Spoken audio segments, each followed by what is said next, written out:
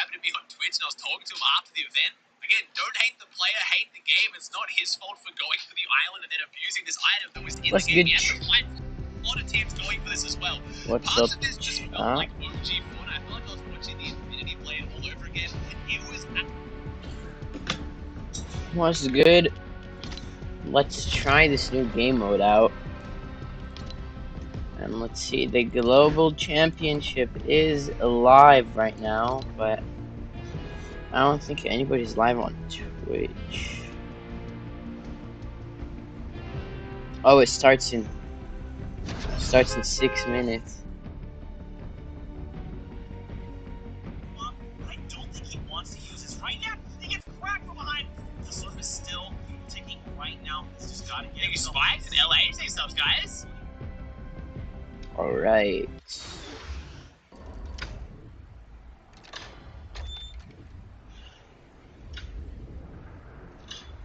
Yo, this is cool. Yo, this is cool.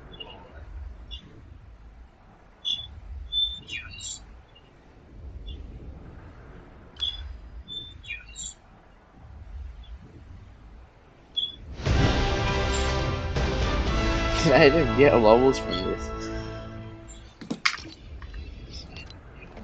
Oh, I had to click that.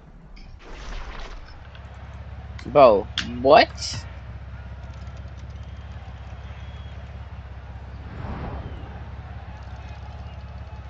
Yo, this is actually cool.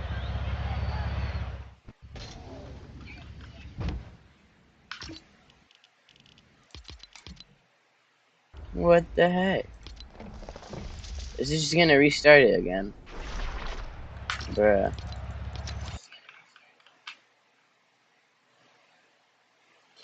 Alright. Was a good chat. How you doing?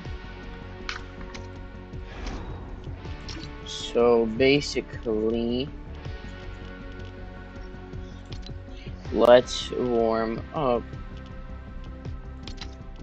with some reload.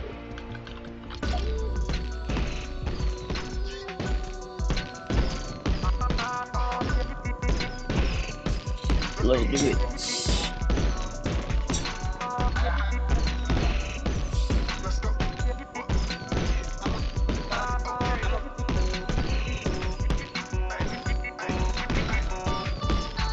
Actually, let's not. Let's 1v1 some kids. Guys, if you want to check out the new game, like the thing, it's right here. This thing right here. It's called Legends Landing, and then comment. And I'll show it to you guys. It's really cool, like, event thing. It's like a super mini event. It's like 1 minute. I'll show it to you guys if you want to. Just comments, and I got you guys.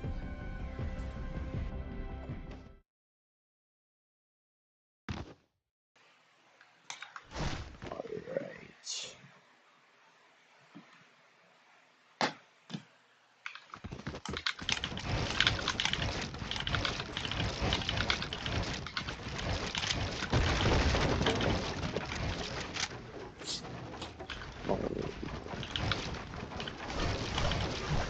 Wait, this thing came out when sliding first begun.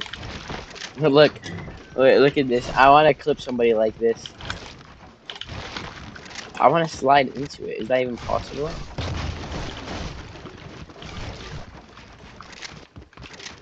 Wait, is this even possible? Oh my god, and then you just 200 pumping. Hold on. Oh, okay, that's actually kind of hard. Okay. I need to get the slide right. Hold on. No. No. See, I can't even get the slide right. I need to get the slide right. Okay. Just go like this.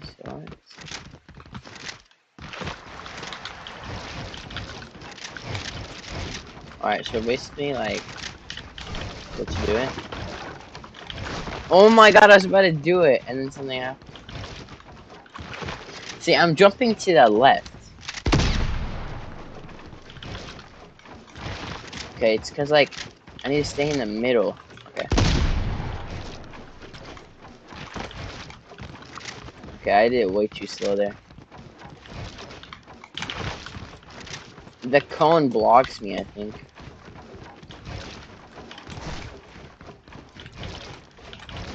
Bruh!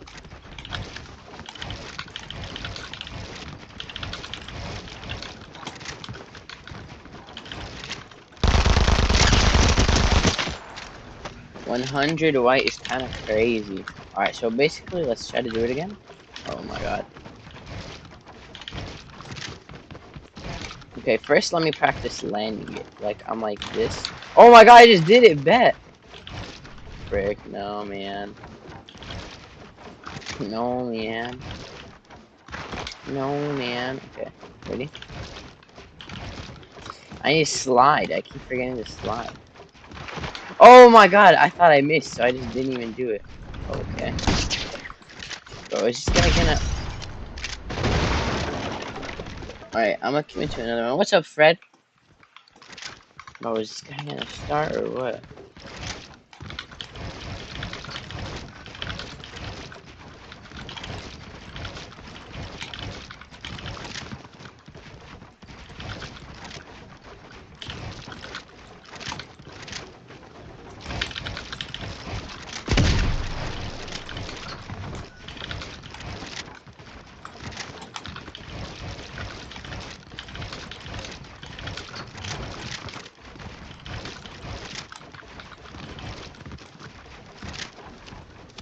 Alright, hi, what's up? So basically, we didn't get anybody this game. Let's try to actually 1v1 some guy. And yeah. Actually, I'm gonna show you guys this. It's called Legends Landing. Look. Hold on. I don't know how to do it, but we're queuing in right now. It's called Legends Landing. It's really cool. Alright, what's up, Craig? I hope I said that right. Sorry if I said that wrong. And yeah, this is called Legends Landing. Let's get it. Yes, alright.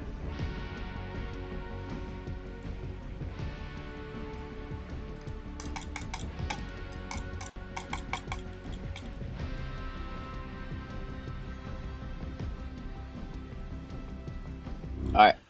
Here it is. Wait. Hi, what's up, Roper?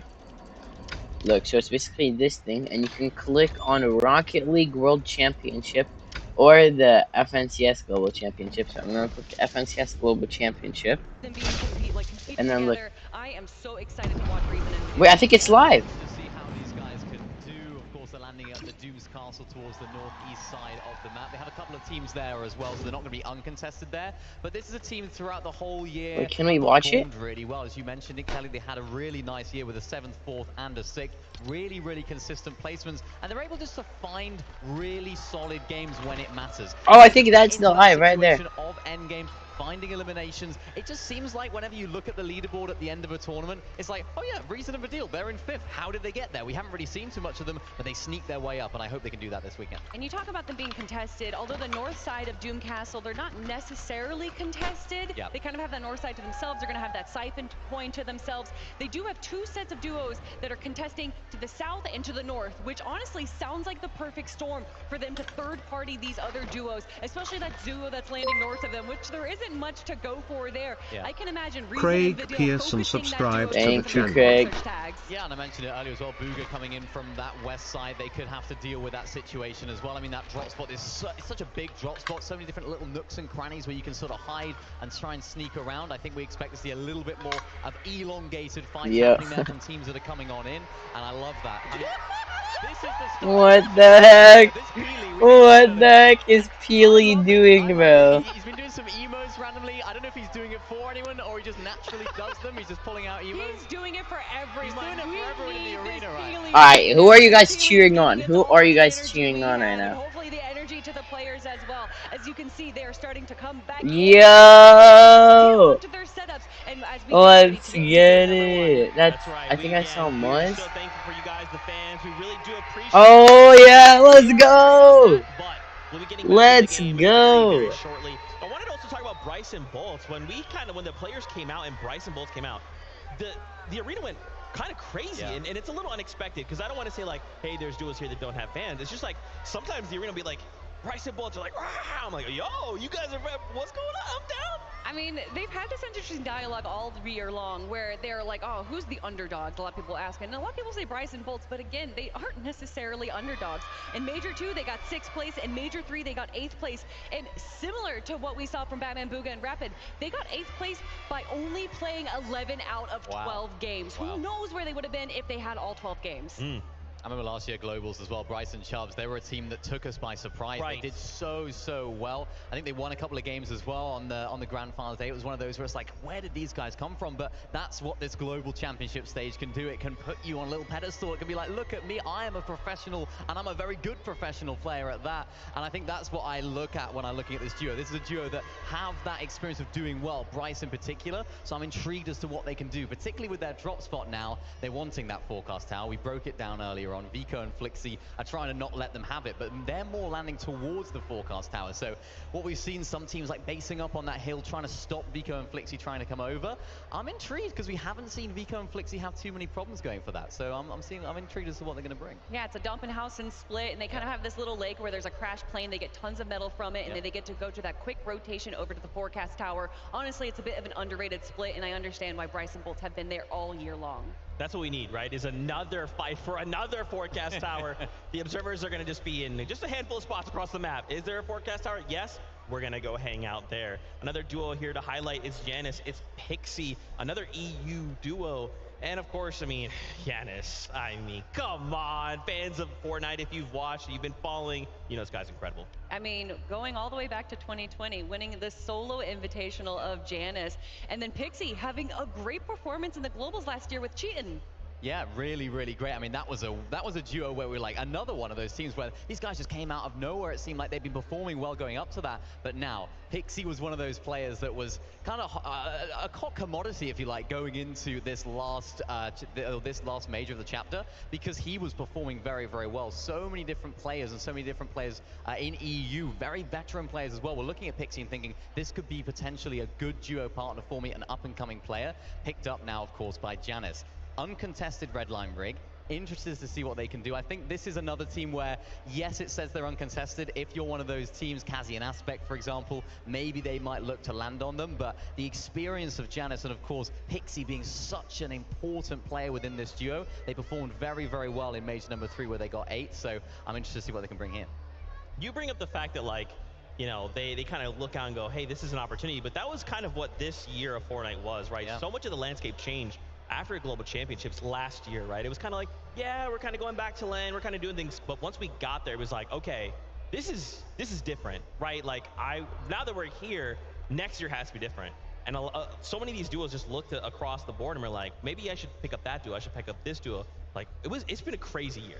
I mean, I always say that there is only one thing you can predict in Fortnite, is that it is unpredictable, regardless of if that's the map changing, the meta changing, duos literally changing between qualifiers and semifinals. We really don't know what's going to happen until the games start. And what I love about these global events is no matter what happened in all the majors, you know, as you mentioned, different metas, different teammates potentially, it all doesn't really matter because this is where it all goes down. These next 12 games are going to be absolutely electric, and I can't wait to get into it.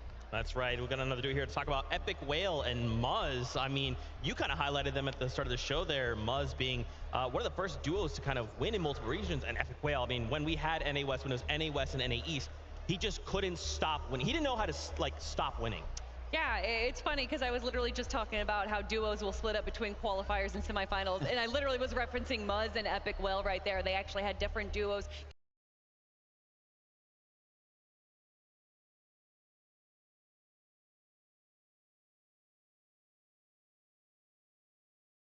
They were able to switch duos because there was a little caveat in the rules there, and obviously it worked out well in their favor, finally punching their ticket into the Global Championships. And beyond Epic Whale being, you know, the 5X, however many X's he has in his name, regardless of the back-to-back-to-back, regardless of the gamers, a Looking back all the way to the World Cup where he got 3rd place, he has been doing it for so long. And then, of course, Muzz, the powerhouse from OCE, now representing North America. This is definitely a duo to look out for. I love watching Muzz play. He's such an impressive player to watch. Some of the things that he can do, the mechanical ability of Muzz is second to none. And I was speaking to him the other day in the hotel.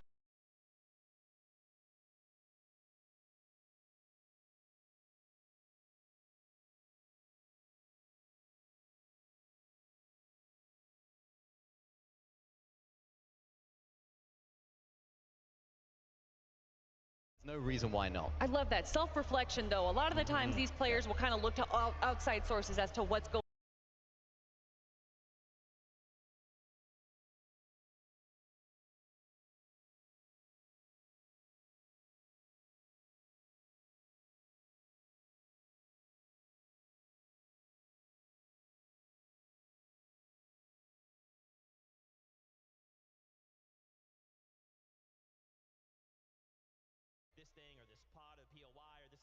Or whatever, but just stopping, I don't know, what can I do to really minimize that like almost RNG we experience? Yeah, and there is definitely a level of RNG. Obviously, the most notorious is where is that zone going to pull? And if we have some teams landing on the south and the zone pulls to the north, well, how are we going to be able to handle that? What rotations are we going to be prioritizing? What teams can we potentially face against?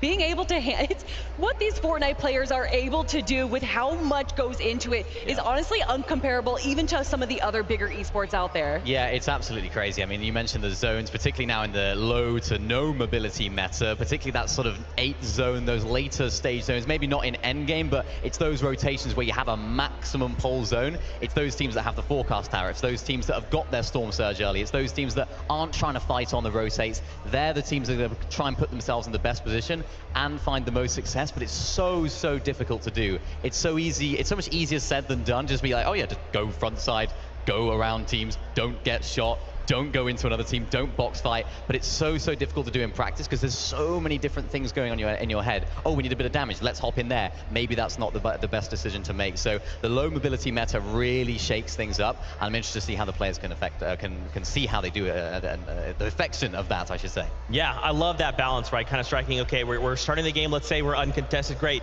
We know we have to hit 555 materials, right? Wood, brick, metal. Yeah. We have to go and we have to get our loot. What weapons are we doing? What's our surge strategy? Now it's zone 1. We got to start getting in position. We are low on surge. Surge is on. What tags are we getting? Oh no, someone's boxing on us. It's all just so dynamic moment to moment. And what's been so exciting with this season is that usually when we see loadouts from major to major, it's the same weapons in everyone's loadout. Yep. But this major, between the shotguns that we have, the ARs that we have, the pistols as well. Yes. There's a lot of variety. Actually. Yeah, there is lots of different loadouts. He spoke about Thomas HD earlier on with that Monarch pistol, expecting some big damage coming out of him this weekend. There's just so many different varieties, even the new shotguns, of course, you mentioned. Lots of different ways that teams can not have necessarily just one best shotgun, not one best assault rifle. Lots of ways to express yourself in the game. Are you more of a close box-to-box player? Do you like to play a little bit further away when you're taking fights? And that's what I'm interested to see a lot of our teams doing. How can they show their identity this weekend, applying themselves in the new strategy and the new season? Do you guys feel that, like, in that moment to moment, right? So let's say we're gonna have this surge strategy, we're gonna need this loadout. Does that change moment to moment? Does that change zone to zone? Yes, 100%. Obviously, you need those long-range tags. You're going to go for the ARs, having to get those storm surge tags, of course. But once you get closer, once you get to the end game, you're going to go fighting box to box. You want to make sure that you have your favorite shotgun. And really, depending on the player, you might see Sovereign, you might see the Gatekeeper, or you might see that Hammer Pump. Yeah, or even those dual-wield SMGs. Those things are absolutely crazy. I think a lot of teams, a lot of players will be looking to pick those up towards the later stage of the game. When everyone's a little bit closer, you don't necessarily need that range of the assault rifles, of course. It seems like the burst is the most common one for the players that are trying to get the storm surge tags. It's not quite as good in box, so expect to see a lot of teams trying to switch that up going into the late game. Is there maybe a weapon or two or an item or anything that, you know, if these off spawn situations don't happen, oh, you know what? Oh, guys, I'm getting word. I'm getting word. It is that time. Once again, from the bottom of our hearts, we are so thankful for your patience. That's right. It's game time. Let's send it up to our casters for game number 1. When you see us, we want to see W's because we're ready. It looks like the game is just about to kick off here. Let's jump into match number 1.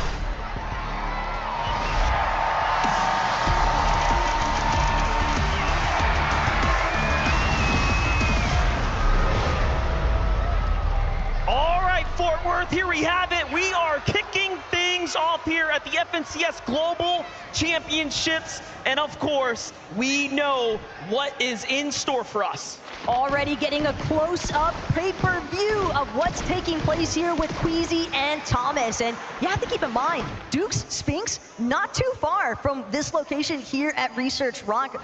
Brawlers Battleground, I think, providing a decent opportunity for a little bit of early clashing potentially. We'll talk about those early clashes. We already know what's going to happen here. It's Malibuka Murstache versus the Power Alex, the Power Worthy. First tags are going to go to Carmine Corpse Murstache, though.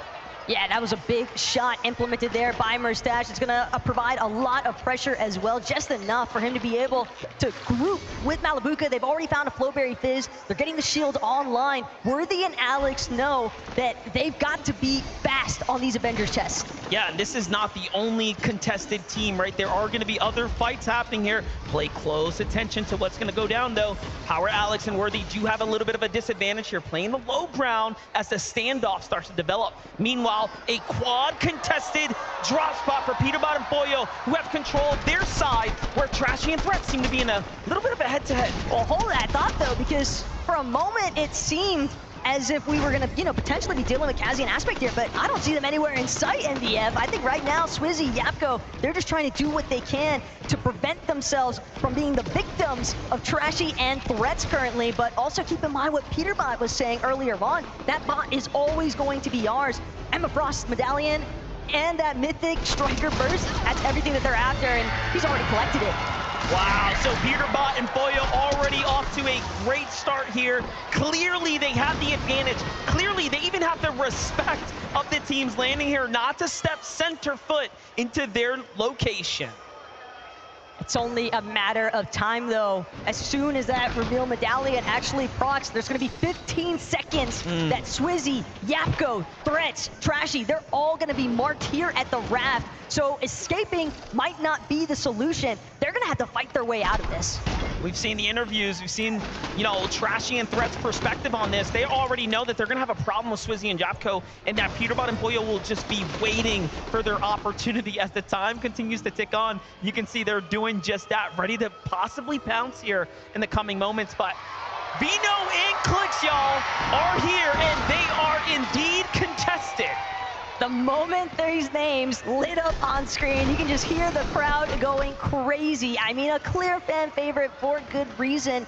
And I think the most incredible part about it is just listening to Clix talk about the fact, hey, we just found out a couple days ago, yeah, we are going to be contested.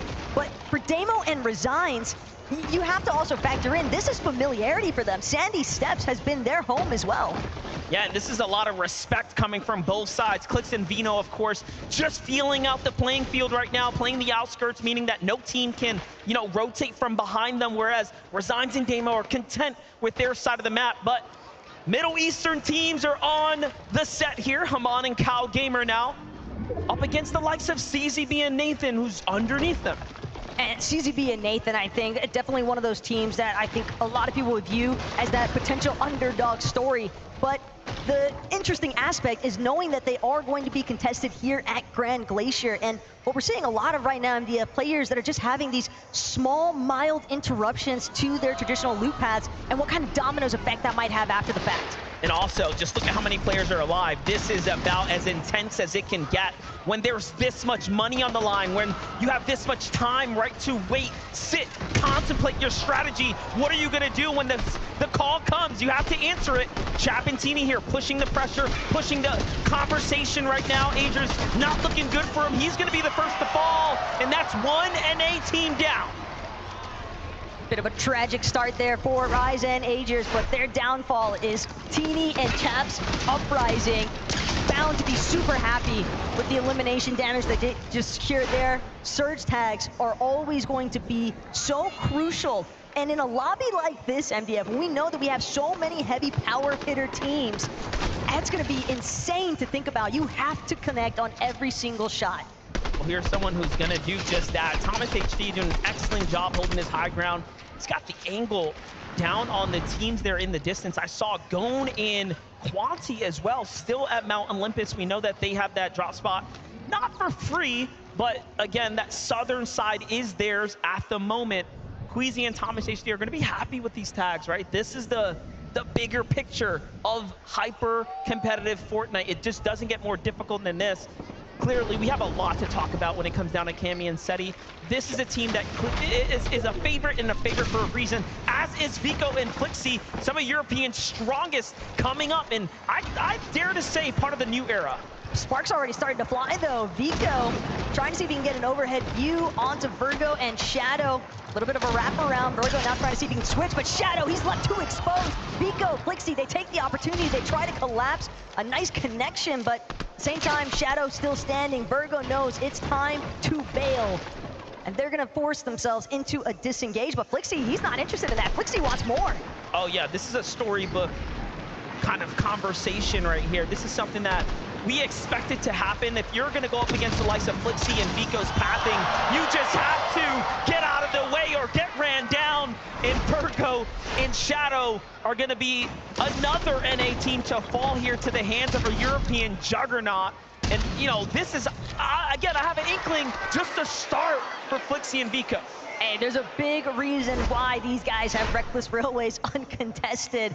You do not want to have to deal with some of those up-close and personal box fights early on, but Paper, Victor V, they've also found themselves in a little bit of skirmish here. Clone, alongside Kremzu, trying to make sure, but they've got to be careful. Look at the stealth opportunity here. Gon and Quanti, absolute ninjas. They're getting really close here. A lot of danger lurking nearby, and Brazil, of course, known for what they're capable of when it comes down to jumping in and playing aggressive, and they do just that, but no, the ambush was unsuccessful. Paper, oh, so close, escapes by the skin of his teeth. Talking about Brazilian teams sneaking up. It's Persa and Ed, also on the prowl right now.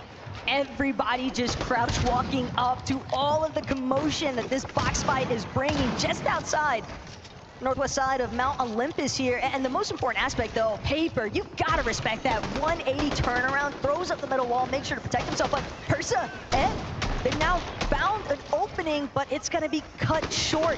Victor V, Paper, all these teams starting to congest here, and a surge base on top to boot. Here's what I'm thinking Persa and Ed are recognizing we have to get in a fight. Like, whether we want to or not, Storm Surge is going to become an issue. And if you're unfamiliar what that means, when there's a certain amount of players alive, the game is going to force you to fight other teams. Damage will start to rain in the visual of lightning bolts and take you out the game if you're not being active. The real thorn in the side right now, though, for Victor V and Paper is it's evident that they want to get inside of that bunker. Clone and Kremzu, though, they are doing everything in their power to prevent anyone else. They might find themselves trapped at the bottom of it for a time being, though, because keep in mind, teams do like to hold whenever they find duos inside of that bunker. Quanti and Gon also setting up, looking back inwards, trying to see what's going to happen here. Meanwhile, Victor V and Paper really wearing the results of this drawn-out fight on their loadout right here. You can see ammunition starting to run low, builds even shorter than that. It's only going to be a matter of time before this starts to go super south, so if Paper and Victor V can't step up and finish this fight soon, it's not going to be good. Yeah, but at this point, they have to find closure. There's no opportunity to retreat. You are all in at this stage. They've invested too much time, and they know that they need more surge tag damage as well. Clone, Kremzu, more than content to sit this one out, though, because the weapon bunker is sounding, and they're going to have the advantage once it opens. Yeah, if they get to jump down there first and, of course, secure the goods, there's going to be a lot of loot that's going to be given out to Clone here shortly, but Paper and Victor V don't want that to happen. You can see how much more urgency, right, is put behind these shots now as they're trying to push in.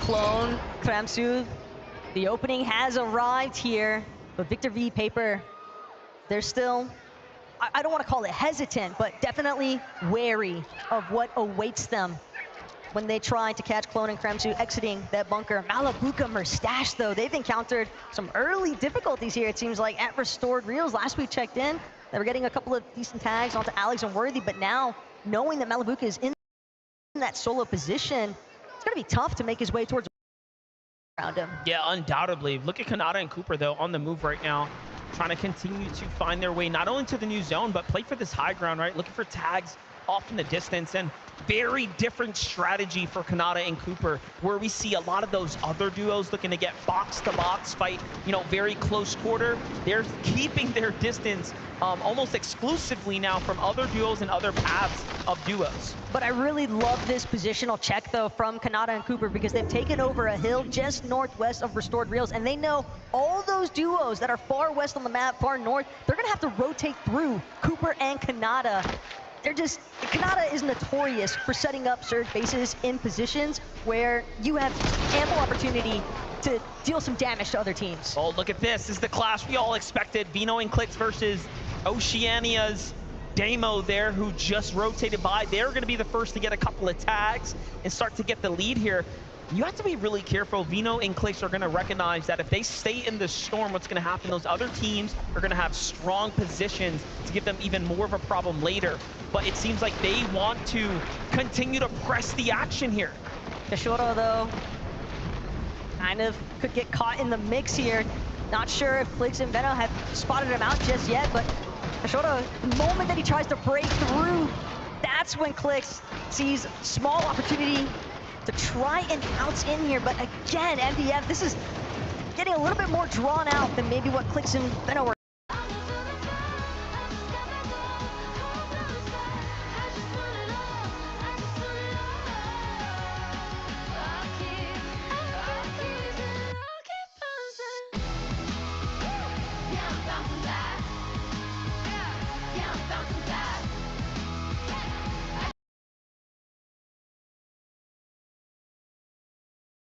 Whoa, in the world when it comes to land. That Cammy and Seti have now decided to just stroll on over so casually, but they recognize there's no real openings for us to taste this one just yet. Let's prioritize our positioning instead, because they can always set up to intervene. Kashoro trying to do what he can to escape, but Veno's gonna shut that one down in no time. And his first elimination goes to Clix. Vino's gonna be the first to claim it alongside Clix here for a big elimination, and that's gonna set themselves off in the right pace here. Still, pay attention on the other side. Kanata and Cooper, completely opposite situation now. As we talked about them keeping their distance, Visual and Braids are going to step up to the plate. Let's see if they can hit this swing at bat, but nothing just yet. Something important to consider, though, Visuals and Braids, this is our duo that came in at the final hour. Just last night, they discovered that they were going to be participating on the global stage. What's their prep time look like in comparison to everyone else? But more importantly still, Braids, he's trying to make sure that he brings the fight to Cooper and Kanata. They're not willing to fold. A couple of armored walls already expended from both sides as well. Kanata's still able to find the shots that matter, though. And him and Cooper doing a decent job at just trying to forcibly create space. And this is not just any backup duo here. This is a team that is very much tenured and familiar with one another. They in fact have duoed with each other throughout the year. So again, not your regular backup team. This is a very, very scary team to be fighting right now, and a huge opportunity like this is not going to be taken for granted. And you can see the fact that they forced these great players to use their armored walls tells a lot. Let's jump in with Murstache and Malabuka here, though, as the Storm Surge is effectively active now. Great place to be rotating through here at the Grim Gate, but I'm not too sure, even after being picked up, if Murstache is going to have a chance to really get back into the swing of things, as the Rift Island's already gone up, and we already know who's playing for it. Peterbot and Poyo did not even wait a moment's notice. As soon as the Rift Island spawned in, these two were prepped and ready to go. Peterbot already taking advantage, putting some pressure onto teams that are just trying to rotate at the bottom of Rift Island. You know, teams like to try and utilize some of those rifts along the bottom, but again, when you have a team like Peterbot and Poyo, and they're not the only ones lurking either, Trashy and Threats as well, making their presence known. But keep in mind, Poyo Peterbot, they've got that reveal medallion.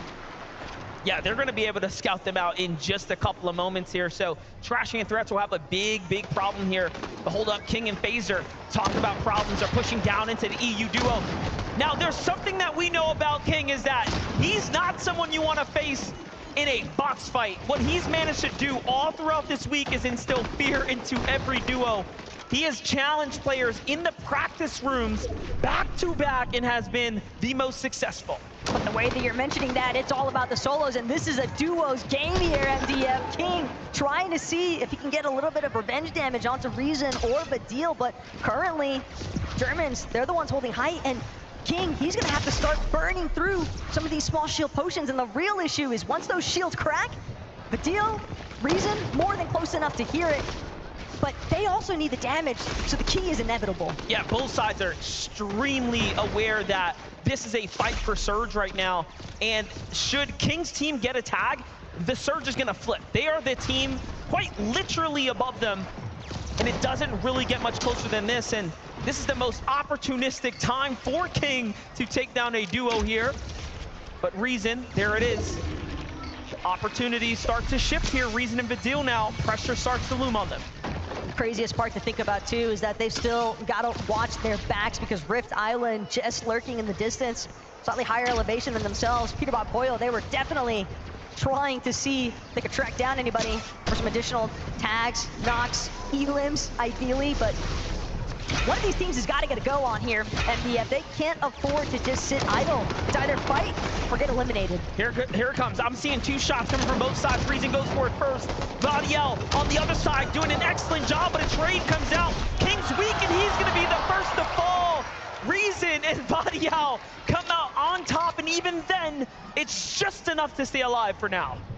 Crazy though when you think about how many teams are getting caught inside of these box fights inside of the Storm itself. Merstash, Malibuca, they're just on a recovery tour currently, and it's incredible to think that they're still 156 above that damage threshold despite that hiccup of Malibuca having to make the reboot van play in the first place. Wax and Ping though, they seem like they're primed and interested potentially, but instead it's just going to be heading to the top of Rift Island. Malibuca might get faced though. He wants more damage. Little does he know, though, there is Trashy and threats up here. Team Xset right now still lurking nearby. I'm very curious as to why they haven't gone yet. And we might just find out here soon if they end up opening the box and taking fire. But no, Malibuca takes flight first. And he's going to get pretty far off. Will it be enough, no Taco? way. It's not looking like the math is going to math here, as Malibuca is going to be the first to fall. He tries to get as far as possible. Merstash will have to land on him and save him now. The problem, though, is that we're looking at 2 tick zones currently, Monster. Merstash, he can try his best effort, but I fear he might meet a similar fate, because even if he makes it into this next edge of zone, he's still gonna have to deal with all the teams that are already based up, situated, and ready to take advantage of the players that are late straggling in. Take a look at this refresh from Vino and Clix now, as they managed to find themselves a little bit of a cachet from some leftover action between Casper and Prism. Prism now not being in this fight. And still, you have OCE's Damo and Resigns almost on this warpath with them, continuing to be that thorn in their side, if you will, for lack of a better phrase. But back on over to the focus here as Clix is looking for action here. Those are his walls. It's Acorn, it's Cold on the other side. A very scary team to go against. In the warm-up games yesterday, in the scrims, right, in our practice lobbies, they pulled off a incredible 16 eliminations just to show the lobby what they're capable of. The real issue is just knowing that for Clix and Veno, Clix, he just needs some fight feels. And you're not going to get that at this stage unless you're able to take down another team successfully. Merstash and Malibuca, though, have pulled off a miracle at this point.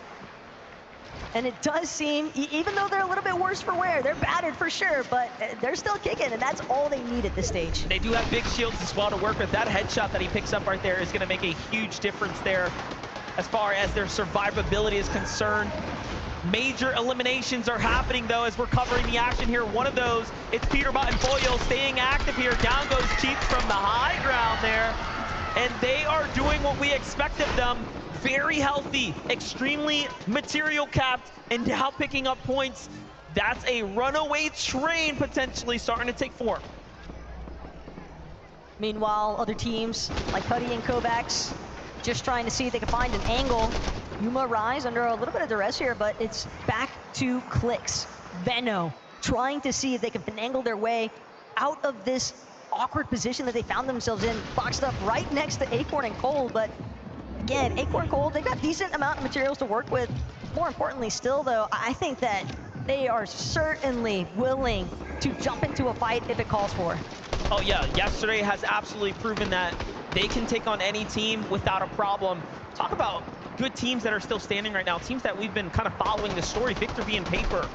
Paper a little worse for wear. Seems like a bad peek's gonna go ahead and put him on the backside of this engagement here. And Vino facing the struggles of taking a lot of damage here as well, not being able to recover now as they don't have whites. Still has a couple of flow berries, but again, will that really be enough? Queasy, Thomas HD now starting to surface as well near their area. Ritual though, takes some big tags, left that wall open just a moment too long. But Ritual free the line coming out of Doomstad. They gotta be dealing with Epic Oil and Muzzle. Gotta be dealing with Epic Oil and Muzzle on. The fact that this dude already has 3 elims is rather impressive, but Malabuka as well, still holding his own. Shari's got a little bit of an angle peak advantage, so Malabuka's gonna look to try and see if he can find a more aggressive push from underneath. Meanwhile, Mustache, again, just trying to make sure he doesn't take another tick from the Storm, but it's too little too late. Just barely makes it in. At least Malabuka can go for the revive. You know, all things considering, he'll have more HP when he stands up than he did when he went down, so Fair. It's not all too bad here, but it is definitely time lost. The surge is active. They need to find a couple tags. Into the box they go. Back behind him is another duo as well, and if he doesn't hit this shot, he's going to be sent back to the lobby, and he hits the one that matters. Malabuka and Mustache are clawing their way out of this hole here, and unfortunately, it might not be enough here. It's so close. Malabuka is doing everything in his power, but I fear they have finally met their end.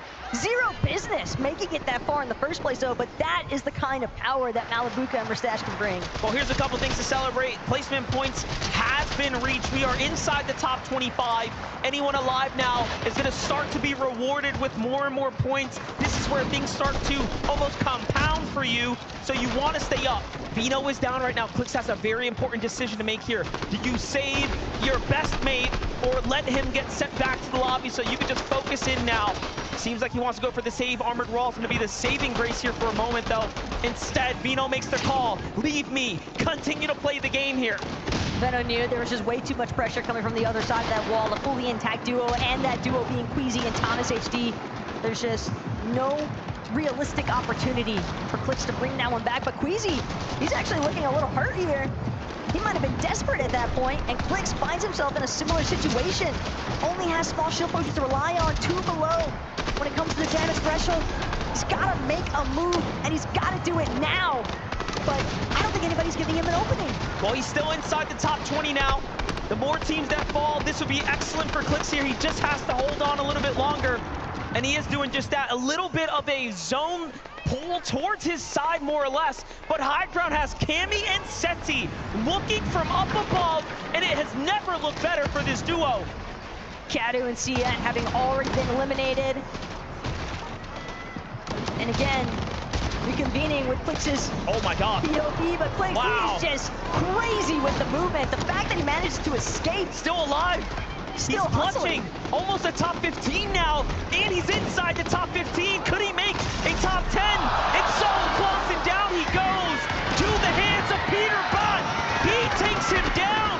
Peterbot is also a solo.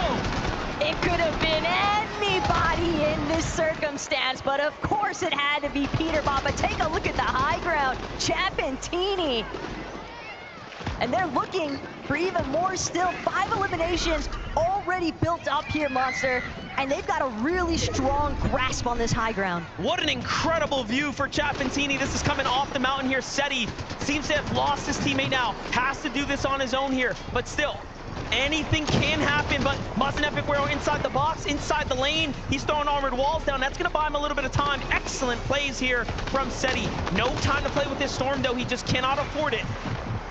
Seti's doing everything he can to try and scale his way up this mountain face, but things are just going to get all the more vicious. The higher he climbs, the more pressure he might encounter. Muz is going to find himself into a sticky situation. Peterbot goes huge there, though, off of Seti. 8 eliminations now for Peterbot and Boyo here. Peterbot still going, nearly finding another one there. Just moments away now from a top 5 here. Can he do it as a solo? He's getting spotted out though. Armor wall comes down. Another weak player in front of him. Oh, he got tagged. Never so close, but now the focus comes into who will win game 1. We have just 4 teams remaining. Make that 5. Acorn and Cole find another. Duke simply too savage, losing his duo Sphinx there to Peterbot, but Acorn and Cole, the fact that they are still intact, 5 armored walls as well to work with here for Acorn. Chapentini, though, they're trying to see if they can look for an opportunity to collapse. Vico, Flixie off in the distance as well. The mid-ground starting to really pile up here. Well, look at this. High ground starting to run out of material. Vico and Flixie, this is the pick for me. The team that I knew, you leave them uncontested. They're just going to put in dangerous work here on the field, and it is starting to shape up. Acorn and Cold, and a saving grace on the low ground, on the outskirts, putting pressure onto Japan's best. Rise and Yuma, who also has 7 eliminations. Yuma sends up against Acorn, finds a beautiful tag there. Loses his teammate, though, finds another exchange. It's back and forth here. Anything can still happen. All these teams scurrying in the low ground, though. They're sabotaging each other. Acorn's gonna go down. Yuma's still standing tall, but now Chapentini from the high ground, they're just gonna collapse, and that is just another elimination to add to the count. Vico, Flixie versus Chapentini. It's a battle of Europe. A battle for the ages indeed here. 5 eliminations still for Teeny and Chap. Things are starting to rack up. Teeny, the first to go down. Chap's also weak. They jump in. They close the game. And game number 1, the victory royale will go to Chap and Teeny. Could it be more deserved? The way that they held down that high ground, MDF, you could tell that they were aiming exclusively for the victory royale at this stage. But granted, you have to keep in mind, there's somebody on the ground that can help out even more so. Dallas, would you please give it up for your Game 1 winners? Chapentini, do you want to step up for me here, fellas? So everyone can see your glorious faces. Let's kick things off here. What a great start. I mean, you guys, obviously, Game 1, a lot of pressure, bit of waiting around the beginning, but in front of these fans. To walk us through the end game, how did things pan out for you guys? Good. We're the best players, so it's easy. Best players, easy. I mean, I love the confidence there. For you as well there, I mean, your teammate here, you guys worked to get Vico and Flixie in the last seconds there. You had the high ground. Is that what really counted there? Of course, we're only playing for height, and that's how you win games. That's it. Coming into this competition, obviously a lot of expectations, things that might happen. Did things pan out in that first game as you thought they might, or was it very different? It was different. We took forecast, and then we just played out. Those forecast towers are playing very pivotal in this as well. How important are those in the rest of this competition with 11 games left to go? The most important thing, if you get that, you win the game. It's easy. Would you please give it up one more time for your Game 1 winners? Chapentini, everyone!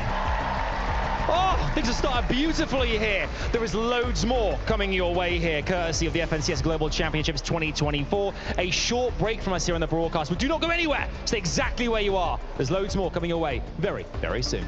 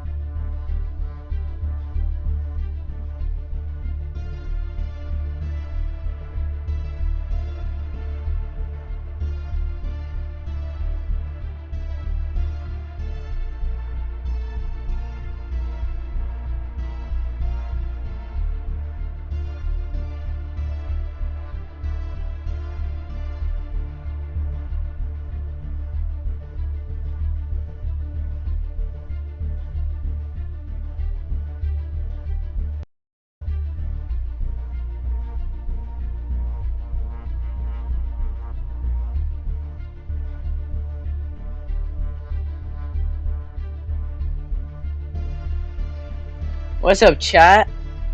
There's 25 more seconds until it starts, but did you guys see that freaking clutch from Peterbot? First he kills Clix, he's like at 20 HP, then these other two teams try to kill them and he like 1v4s them, and then before he goes down he gets one more extra kill. That was actually crazy. But yeah, I mean this championship is insane.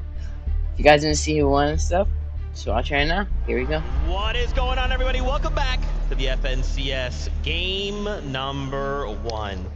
Chap and TD find themselves the victory royale, and that first game was absolutely crazy to see these guys come out on top and to get that interview, right? Hey, we're the best team. You just get forecast. You get this. You got. We're the best team. That's it. That's all that matters. I mean, if you look at Major 2, Major 3, when they both got second place in both majors, yeah, they're kind of one of the best teams right now. Yeah. And showing up today and showing up early as well, eliminating Agers and Rise right off the bat. Yeah, really, really interesting after this first game, because we were sort of talking about it going into the first game. Where are these guys going to land? What's their strategy going to look like? We didn't quite know, and now we get a little bit of an insight into what that's going to look like. It seems like they're really prioritizing that forecast tower. Another thing that we focused on at the beginning of the show. They want that forecast tower, and that's the reason why they're able to get height right here. You saw Cammy and Seti sort of shaping up to try and take height and holding it in that sort of 8-9 zone, but they didn't get that next zone. So Teeny and Chap took that opportunity really well because they knew where it was going. Also, to be able to hold height for as long as they did, all the way from zone 9. Once again, the forecast tower allowing them to know where to move that height and use and save up those much needed mats towards the end of the game there. Absolutely phenomenal. What a great way to start the competition. Just again, cold. They're just ice cold, chilling there. Yeah, we're the best. Not a big deal. Man, that is a statement game out of game number 1. But there was just so many things that transpired in game number 1. Just so many solo performances that all took place. I mean, we saw there for a moment, even Rise and Yuma making a top 3. 8 eliminations? That's terrifying. We can't let that happen. Yes, we can, and they did. And I want to see it happen again. Rise and Yuma representing Asia right now, showing that, oh yeah, it's NA versus EU. You got to watch out for Asia as well. Yeah, these guys are really looking good right there. 8 eliminations clutching up there in the end in those final few moments. The crowd erupted as soon as they got that final elimination. Wasn't quite enough to get into that first or second, but they've got to be happy with that start, particularly on this stage. That's right. I want to highlight Peterbot, man. I don't know what Peterbot is about, but I do now. In those final moments, you know, Pollo goes down and you have the solo clutch, and he pulled it off. And for Peterbot to take down Clix in game number 1, you know that there was definitely some emotions going high right there. But Peterbot, if he is down into a solo, I mean, he's honestly a duo as a single player. Yeah, exactly. I mean, both of these players have the ability to do this, solo clutches. And in big events like this, 12-game formats, these solo clutches are going to be so vital in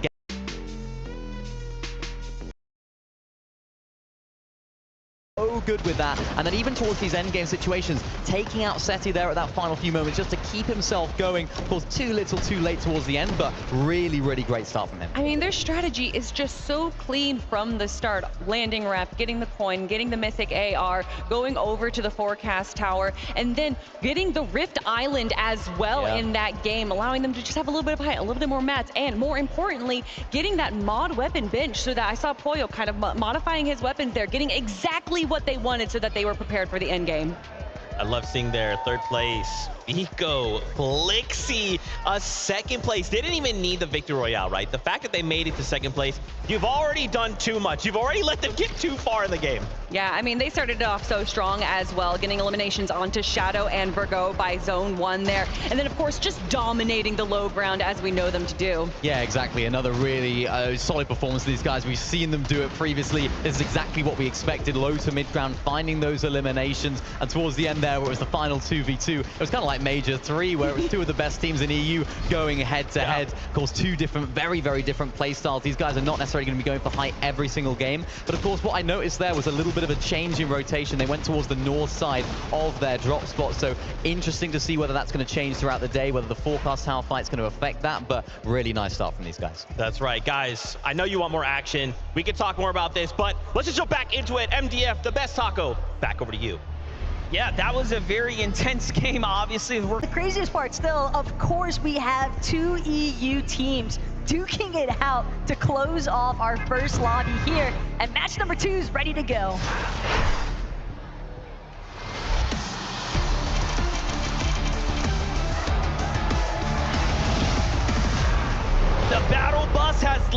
Station. Match number 2 is here. What do we have in store for us this game? I mean, last one was surely a surprise with the Middle Eastern teams taking a top 10 position. One Asia team up there as well. And of course, those that you expect. The best from NA, some of the greats from EU. Yeah, and Acorn and Cold, they haven't necessarily had an easy time about it either here at Brutal Beachhead. You know, you get like the soft contest coming out of Andelix and Sato, and this could prove to be very difficult, though, for Andelix and Sato, because you can tell the commitment is there, but if they want to take this fight to Acorn and Cold, it could be a really difficult one to actually close out in quick fashion. We have to give all credit to not only Clix and Vino for Clix's performance to stay alive and secure a top 15, but Damo and Resigns, who found even more placement points, ending just closer to that top 10. So a very impressive performance for teams that were contested that game, actually. When you start to do the math on that, that is almost unprecedented. Well, it was almost like Damo and Resigns were trailing Clix and Veno the entire match, and if they hadn't actually stumbled upon Kishuro as a solo, I almost wonder if things could have maybe gone a little differently there, because that's what really got them tied up into a rough position. But again, hindsight's always 20/20. Currently, we are focused on the now. Chap and Teeny lingering around the Nitrodrome, but Kanata and Cooper close by means that all they can really look for here is just trying to prioritize their mat count. Yeah, we do know Kanata and Cooper like to rotate closer to Agers and Rise, whom was taken out pretty early last game, so they didn't get to secure that fight, and they found themselves in a completely different battle up against Visual and Braids, and it really didn't go their way. Shortly afterwards, Braids ended up falling to Epic Whale Muzz, so pretty interesting, you know, zone dynamic starting to take shape here, and that's really part of the high level of Fortnite. Game to game, micro adjusting, right? They all know what went well, what went wrong, and it's about adjusting in the real time. But here's Seiyun, here's Kadu against Casper and Prism. Little stands off here, so it seems like this game, similar to match 1, is gonna kind of take its time rolling into the eliminations. Yeah, Janus almost seemingly happy about the fact that these teams kind of caught wind of each other, because that allowed for him to just slip on by, head on out, a red line rig, make sure that he doesn't get caught in the mix. He's clearly just trying to make a play for that Reboot Max. I didn't see Pixie anywhere near, so almost makes you wonder at the same time. It's going to be a difficult situation for a lot of these teams. Here's Cammy and Seti. They have angles, they have a little bit of high ground. Meanwhile, King and Phaser getting active right now just outside the Rebels' roost. What is happening here? They seem to be finding their groove right now. It's Visual and Braids once again who are giving some of these duos a really difficult time, making them all second guess whether or not they should be sticking around and fighting them. So, you know, that's impressive. Yeah, but this is also a really smart disengage from King and Phaser, recognizing the fact Sky Scroll still nearby as well. Rebels Roost just a little bit too poppin' for their interest at the moment, but even hanging around the underworld could pose some issues because they didn't stick around for the fight. Don't know how much surge damage they've actually been able to accrue at this stage, and once we start to get into that mid-game rotation aspect of the we already saw a handful of teams, even some of the teams that you wouldn't necessarily anticipate to struggle with their surge damage, having issues. Very interesting. We get to catch up with Batman Booga and Rapid here at the Grim Gate. This has been their drop spot for quite some time, coming out of Major 3, of course, with an excellent performance. You know, if you start looking at the paper trail of Rapid and Batman Booga, everyone's marking them up towards the top 3 as far as the NA teams are concerned. And talking about top 3, it wouldn't be one without Cold and Acorn. They're just putting teams down. This time, they do finish the fight up against Andelix and Sato. They don't let them escape. But now something that Sato and Andelix are potentially gonna have to start considering is if this keeps going in favor of Acorn and Cold, if they continue to take the fight to them, do you switch for day 2? But I think we still got a few more lobbies to work through before that really starts to become the real question mark here. For Stash Malibuca though, starting off somewhat on the right foot here at Restored Reels. One elimination already. Curious if one of those is onto either Alex or Worthy. Yeah, something happened there, but Bolt and Bryce are in a fight right now. Little build-off happening here. This is a pretty intensive early game fight for, given the situation, a Zone 1 Sky base going on here. This is going to be a full-on reset if it doesn't end fast. It's up against Vico and Clixie. obviously our second place coming out of game 1, very much fired up, very much confident. Bryce and Bolt are not gonna fold here though. The forecast tower, the weapons bunker that spawns nearby Dupenhazen, where Bolt and Bryce like to land. And this is something that, they were willing to contest Reet and Ritual for when it was Reet and Ritual at Reckless Railway. So now Vico, Flixie haven't taken over that position. And it's funny because you asked Vico in the player lounge last night, hey, what do you think about the forecast tower? He's like, that's my forecast tower. You ask any of these players who are actually trying to contest, they'll always tell you the same thing. That's my forecast. And yet, Vico, Flixie, they find themselves stuck because Bryce and Bolt either need to get eliminated or forced out here. Whoever controls the NPC is going to win. And it's pretty incredible. You got to talk with Vico. I got to talk with Bolts and Bolts' brother, and they had nothing but positive things to say and honestly confidence about the fact that this is their forecast tower, and he's here, and he believes that paired up with Bryce, they are a perfect combination. So very interesting to see that both teams very much feel like they're entitled to this drop. Vico and Flixie seem to be the first, of course, boots on the ground here. They're going to secure the card, which means they have everything that they need here to go ahead and be the one to get the first dibs. But Bolt comes in, takes down Flixie from up above. Whose tower is it? Vico might have that key card, but how long can he really hold on to it? He's trying to just get out of dodge at this point, creating as much space as possible. But Bolt and Bryce, now that they've isolated Vico by forcibly eliminating Flixie, they're gonna chase him. They do not want to let him escape with that forecast key card. And this is not just an elimination. This is not just a player. That is someone who holds the keys to every single storm for the remainder of this game. It is worth so much more than just a set of points. Bolts and Bryce have to think long and hard, and they end up easing off for a second, but it's because Clone and Kramsu is waiting for them, and Bryce is going to be one of the first to fall now as he gets ambushed. This was almost like an unexpected gift. Clone and Kramsu were situated exclusively for the bunker, and yet when Vico tried to escape because he recognized the fact, hey, I've just got to play for the reboot. I just need to get Flixie back into this game. We'll deal with the forecast later. But Kramsu and Clone, dude, too slick with it. That was just dirty right there to get boxed up. But look, Bolts has the card, so he actually ends up finding Vico potentially here, or no? Vico dropped it when he was running. He ends up dropping it just so that he doesn't, bring that heat with him. So very, very interesting turn of events here. But sure, you might have forecast secured, but at what cost? Because realistically, if I'm Kramsu, I'm not letting you escape. And that's the thing, Vico knew that there was no reason for him to continue trying to hold on. He did not have the materials to feasibly escape unless he gave up that key card. I actually love that we got to see him drop the key card as well, right? Just saying, hey, look, you can have it, man. My hands are in the air. White flag is waved. Go ahead, take it. And he plays for another day. That just really shows you what this tournament means, right? That's not an interaction you'll have in any regular game, right? There's just something so prestigious about the Fortnite Global Championship that even the players give respect to one another like that. It's incredible to watch. Wow, this is looking like a menacing situation building up currently, though. Clix, Veno, Acorn, Gold, Chap, Teeny, Gabby, oh my Zeddy. gosh. I don't think we could ask for anything better at this stage, but fact of the matter is, all these teams are just fixated on one thing, and it's likely the weapons bunker. And you hear it, it's opening up right now, and Clix and Veno the first to fold as they recognize, hey, there are 4 teams here. This is not the greatest idea. They double back to the campfire. They'll get their chance at the bunker, right? They'll be able to pick up some scraps, get their attachments, but first, sit things out, let things settle. I like that flyby though, Janus and Pixie, so it looks like Janus's rescue mission was a success. He was able to make his way towards a reboot van, but again, you have to start to wonder what kind of damage was he able to collect prior to losing Pixie.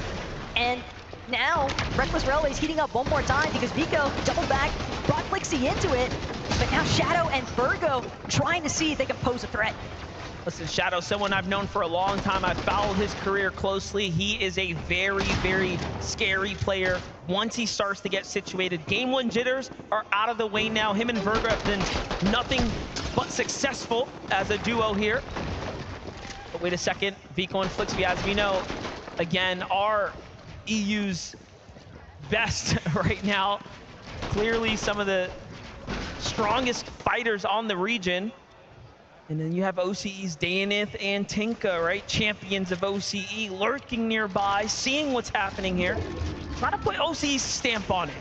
But Vico and Flixie, I mean, we're talking about you major 3 winners at this stage, right? You've got to imagine the level of confidence. Even when you talk to either of them, they are just reeking of confidence, essentially, and for good measure, because Vico, Flixie, they've been successful, despite the fact that Vico was incredibly low on material count as well. He's still able to stave off Shadow and Virgo, and that is not an easy feat by any means.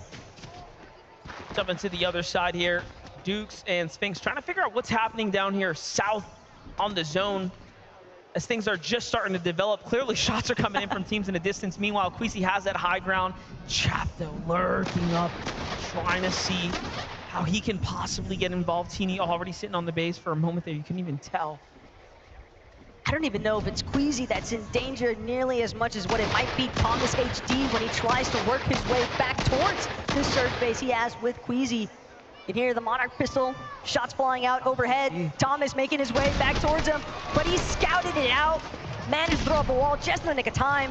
Queasy also on high alert now.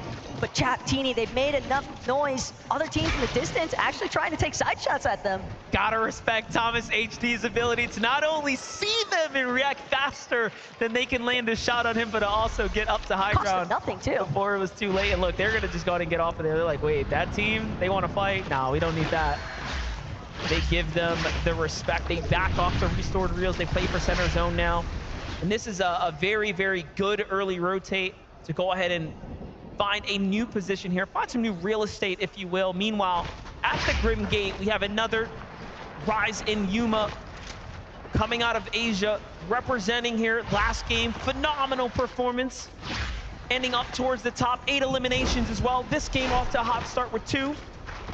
Look, we look away, we blink for a second, and the double headshot onto Phaser.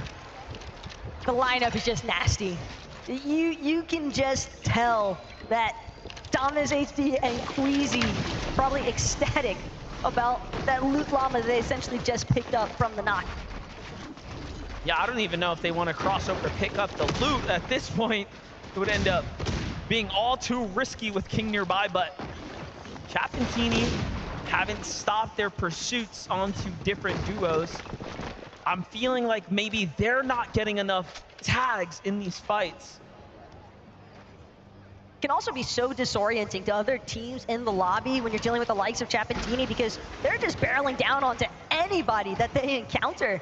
They could care less about the caliber of player that they are dealing with in the process. All they want at the end of the day is the points from the eliminations and to clear out the space to make sure that their rotations maintain their smoothness. But Yanis, layer below, Chap and Teeny are currently boxed up, and they are not the only ones. Kremsu, Clone, lurking overhead, Persa, Ed as well. Close enough that they could definitely tango if they wanted to. Chap and Teeny, 130 below.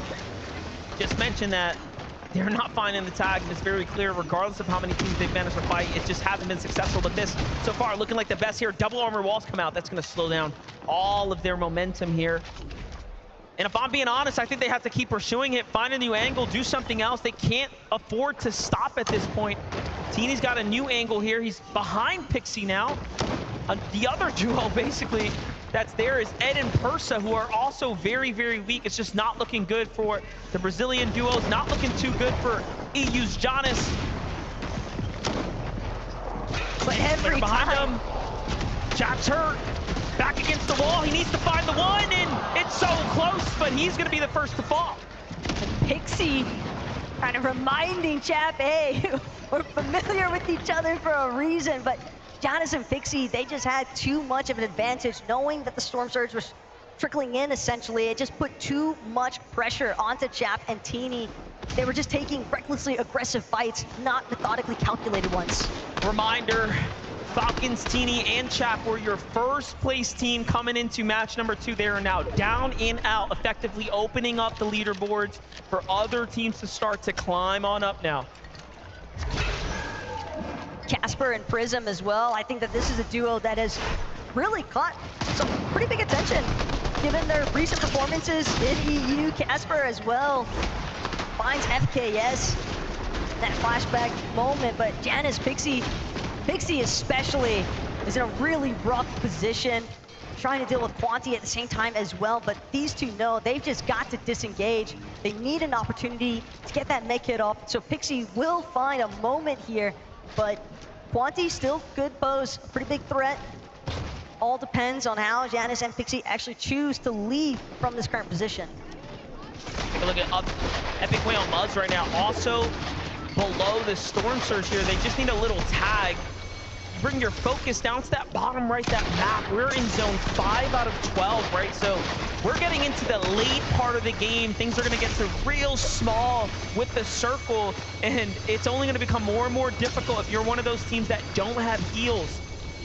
The problem is when you're also a team like Muzz and Epic, you had the shield, you had the white heals, but you're losing all of it because you're just underneath that Storm Surge. Finally, they'll manage to catch a break in the form of damage. And they'll look to try and see what they can scavenge here at the top of Rift Island. Surprisingly enough, mostly undisturbed. Little update there as Adapt and FKS fully eliminated, so 10th place is out, 1st place is out. Cammy and Seti not looking too great right here. Below the damage threshold as well. Again, what that means is that Lightning Bolt is gonna start coming down from the sky. They're gonna start losing 25 HP over the course of time. Periodically, it'll start to add up. Flixie and Vico, this is why they're fighting all the teams, because they need to. Otherwise, they will be sent back to the lobby for not doing enough damage. Here it is. Vico gets slammed in on from 2 angles, but Cammy gets crushed by a devastating shot. Vico hits the one that he needs to. Meanwhile, Rise and Yuma jump into the mix here. This is our team in the lead here. Vico, though, is so good that he is putting up numbers up against every single region right now. It's still defending for his teammate. He's just trying to make sure that he can throw Flixie into a safe position. Revive is clearly on his mind. Armored walls are going to be sent out. Yuma, Rise, they're hoping that they can try to collapse, but I fear the moment has left them. Vico doing so much when it mattered most to hold his ground, and sure enough, the revive is a success. Flixie has been brought back into this battle, and that's going to cause Rise and Yuma to reconsider whether they actually want to take this engagement. And that was our current 1st and 3rd, or 2nd place teams basically to be going head to head. But let's jump in with Clone and Kramsu right now. Another team very, very desperate here to find a fight. Clix and Epic Whale are the team not so desperate, but ready to defend. But no, they lose the walls first. This is not looking good. But they end up finding the shots, and Clix is so fast. He hits one and then the second before they can even notice what happened to them. Yeah, you know this guy's been taking some tips from Menno. I mean, he's been forming his own kind of master class at this stage. The edit in, caught by Vino there. The trap was delayed. So good.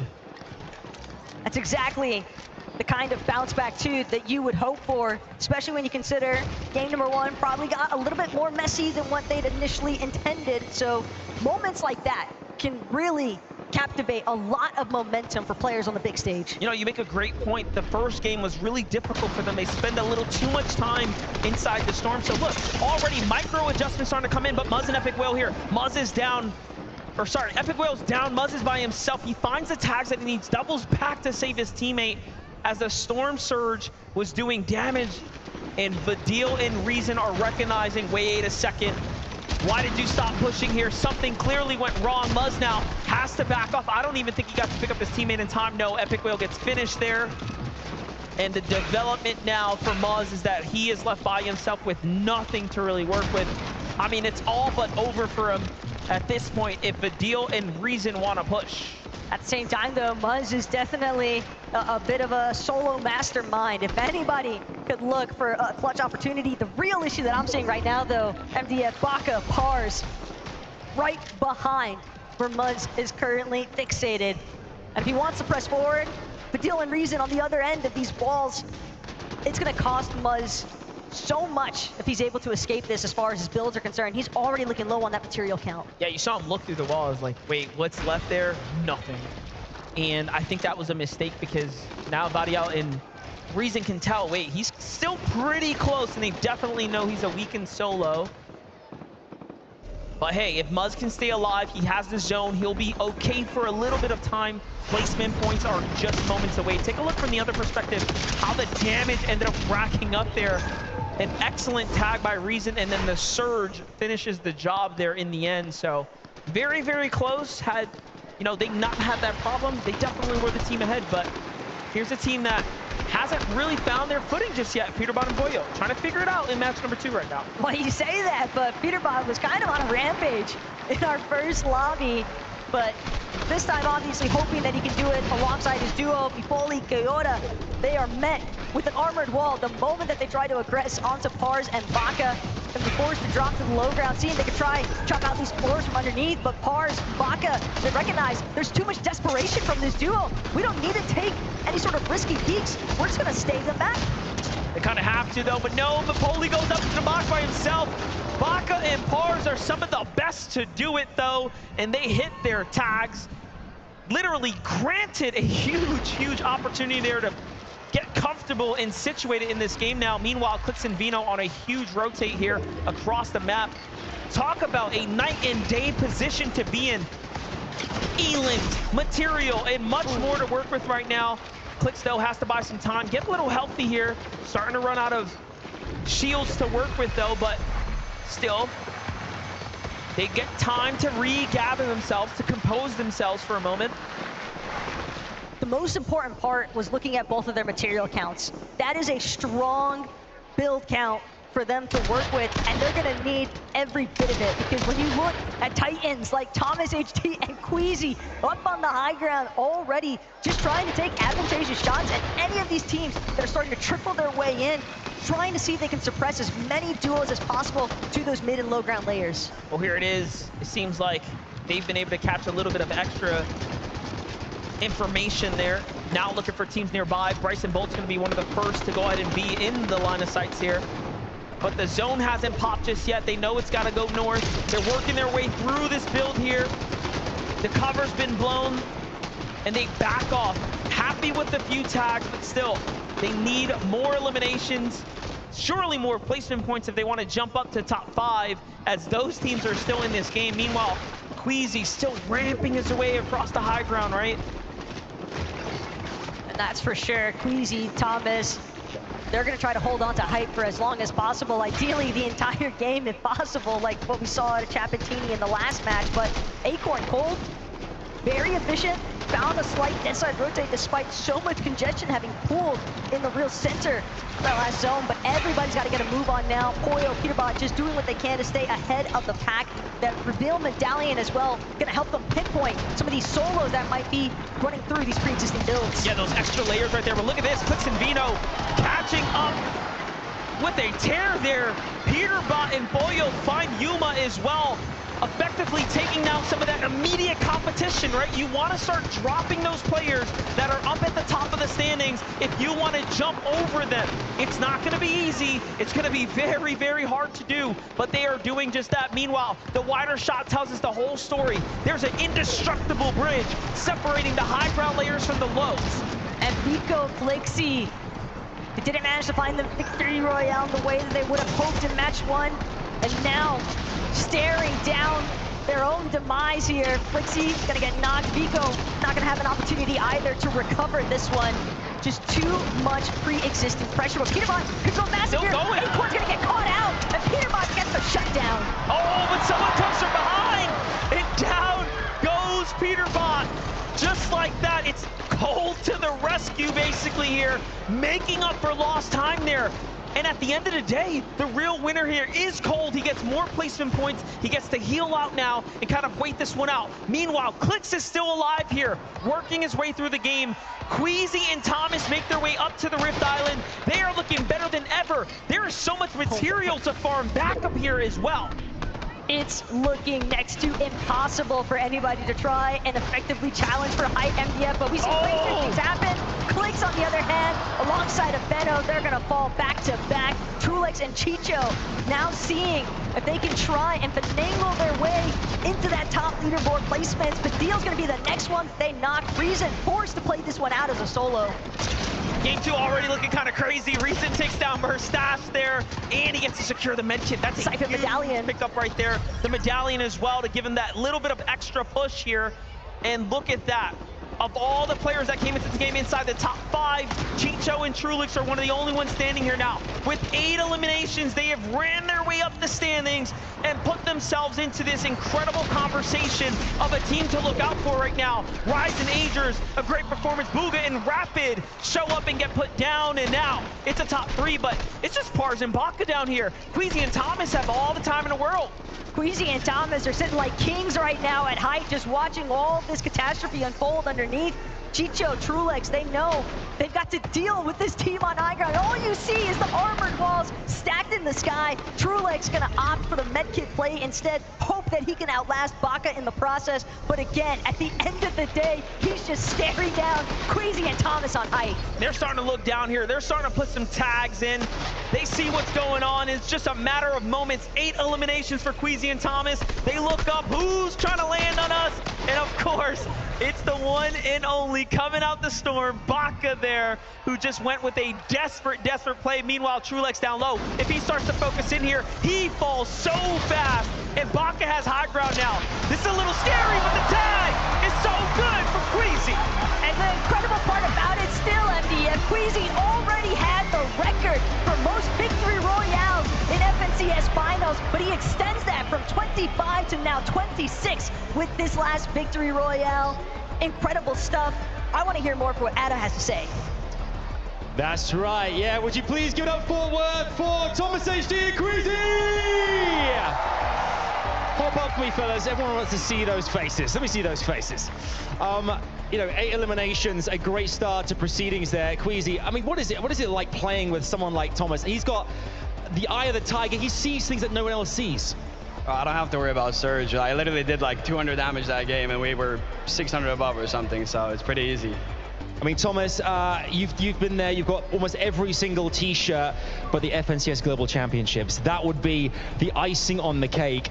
Game 2, it's now yours. What have you felt out there so far? What do you feel in the lobby and players around you that are kind of causing you a bit of concern? I mean, it's like really nice to play on the stage again. Like, we only have like 2 lands a year, so yeah. I'm just happy we won a game, like, and we can prove ourselves finally. I'm seeing as well, Queasy. I mean, there's a lot of fans out here. Hey, you got cheering you guys' names all the time. Let them hear Fort Worth. Queasy and Thomas HD, let them hear you. Come on! Right. How does it feel to compete as well in front of an audience like this as well? Obviously, there's 10 games left, but are you embracing every second of this alongside your partner? Yeah, 100%. I mean, I got some important people in the audience that told me that I should go Height and not die, and that's what I did, and we won the game. Okay, I love to see it. And one more time, would you please, Fort Worth, give it up for your Game 2 winners, Thomas and Queasy! Doesn't that feel good? Doesn't that feel good here in the Raw? You guys have been amazing. You guys at home as well have been fantastic. A quick break from us again here on the main show, but do not go anywhere. There's loads more coming away. 4 more games today. Don't go anywhere.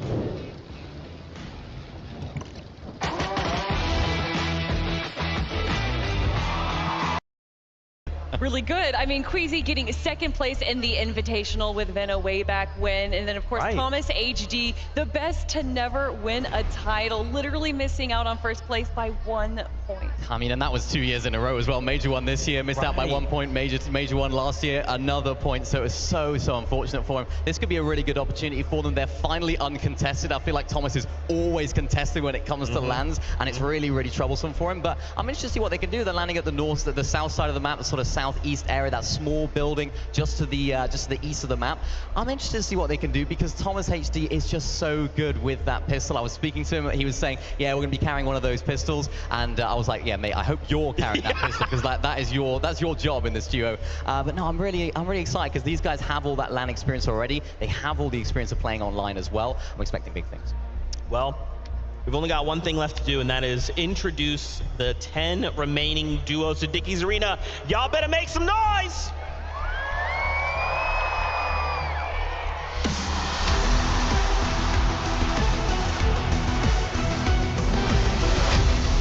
It's time to get loud because Vico and Flixie are here after displaying their dominance in EU Major 3.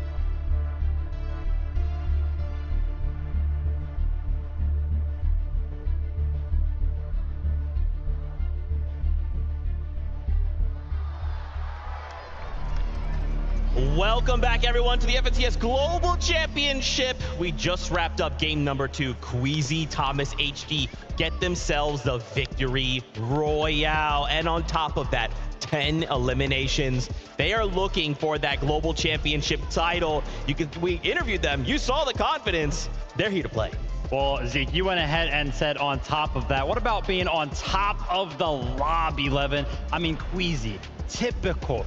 Finding himself up on the higher ground. But the most impressive thing for me that game is, it's been very hard throughout the entirety of the year to play these metas from 8th zone, maintain the high ground throughout the entirety of the end game, but they did it. I mean, look, you say typical, but if you've been watching the EU this year, it's not been typical of Queasy, right? This year, we've had to suffer and watch Queasy do this whole willing to see him up on height. I think everybody expected to see them sort of be playing on all sorts of layers today, but seeing them up there, right, they looked comfortable. They looked like they're in their element. All throughout this game, Thomas HD, another level when it came to shots he was able to hit, and you saw them just wiping out people below in this game. A top game from Queasy and Thomas. Just wild to consider, right? Like the fact that they took height around like 8th zone and they just held it, and no one thinks about contesting them. They head on over to Rift Island, flying above. They're like, hey, we don't even have to build. And if anything happens, we've got launch pads out if something were to go crazy. Them getting this victory royale is very scary, right? Because now they're kind of setting a precedent. You give us high ground, you give us a victory royale. Starting to see the effect, right, of some of the other teams be impacted earlier on in the game, right? Like, we haven't really seen a Peterbot and Pollo alive in either one of these first 2 games yet, right? We know Clix and Veno also struggling throughout that early game, not really able to find their footing either, which are typical names that we might see go up there or apply pressure. But right now, I mean, when they find themselves up there, if there's no pressure being applied, it might be a little too easy for them. I mean, I think the great thing for Queasy and Thomas here is that, of course, a lot of people saw that they were going to be landing towards that southeast, and they wondered, landing at that base, are they really going to be able to cook, especially with far zones, right? This zone pulled all the way across the map, and we saw that they were able to play out of that spot with relative ease, causing problems in the mid-game, really nice surge-based positioning as well. They clearly have a game plan locked in here that seems to be working, Zeke. Absolutely, and we actually have a listen-in from that moment on height, so let's take a look at this. You don't have a dash? Yeah, I have one. Okay. 1 or 2. I can't 74? Pulls far. I'm single layering. We're gonna have to dash and fight though. Top 3. 2 duos. Maybe we fizz and drop down right now. We fizz and drop down right now for sure. I have armored still. Bring that top. Yeah. I'm dropping late, okay? Yeah, Down late. I have no ammo. Can we drop the no ground or what? Yeah, okay. Well, we can... Fizz. Okay. Yeah. Fight this guy, yeah. Look up, Kill last one, yeah. Get high, don't die! Get high, don't die! Come on, man. It's too easy. It's too easy. You heard it. Get hyped, don't die. That's all their concerns. Just 2 things. We got to do this game. And man, just to see and like get to hear those comms is really special because we kind of get a little sneak peek into how they're choosing to operate. So calm, right? Very little comms. They're not like, hey, we're top 2. Don't freak out. Don't panic. It's just like, hey, here's the information. Top 2. Let's drop. Let's do this. I mean, it was a great example of just the dynamics of that team, right? Queasy with very clear communication, that strong leadership. That's why he's considered one of the best IGLs this game's ever seen. But still having the trust in Thomas. When Thomas made a call and said, I want to do this, let's do this, following that and sticking to that, committing to that, great teamwork. Resource management, planning out the rest of the game before it even happens. But that little thing that I saw at the end there, you saw Thomas, he was editing out the floor. So that way the tarps above them actually would fall, right? They would break away. So that way Baka had nothing to kind of land on that was actually inside of the zone. Took away every single advantage possible from the competitors. Those little things, right? Those little nuanced decision makings, so incredible. We saw there in the first place. Trulix and Chicho in first place by a massive margin there. And to think in this, they picked up 8 eliminations, right? So remember, we don't always need the victory royale. That helps, but if we're placing top 3 with 8 elims, y'all better look out. Listen, me and Levin, we were sitting down in the practice area yesterday. Shout out to Reed, was having a little bit of a conversation, and he was like, Trulix and Chicho, they're just so annoying. They just build ramps up, they get all of the storm surge in the world. It's just so random, and to see them make it into the end game is really no surprise when you kind of take that sort of strategy into account. I think the big surprise here for anyone that's familiar with Trulix and Chicho is they're not the type of team you want to see or expect to see having 9 eliminations, right? There's a low elimination players, they play out their mats really well, they play out their med kits like we saw them do there, right? Had the 3 med kits. Once they ran out of the mats in the end game, you play your med kits, clutch up some extra placement points. But if they're going to be able to do that, Zeke, popping off and getting high elimination games, we could see them repeat the success they had last year at the Global Championships. That is so crazy. And a final thing here to call out, Peterbot once again in a situation he's left as a solo. This game though was a little bit different from them. They were kind of in shambles there, which is a little bit uncharacteristic.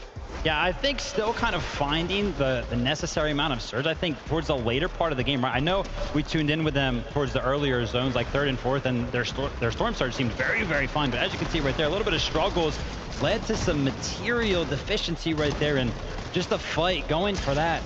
Pollo goes down, and yeah, again, Peterbot kind of left as a solo, but we've kind of seen those performances throughout the year with Peterbot, and these are the type of games that Peterbot pulls out the enough points to kind of hang on for the duo. Exactly.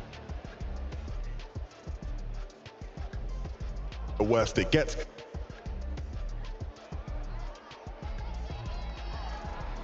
Right. Exactly. You love to see it. Guys, we want to talk more, but we're getting right back into the action. There's more Battle Bus action to go, so this is game number 3. Casters, up to you.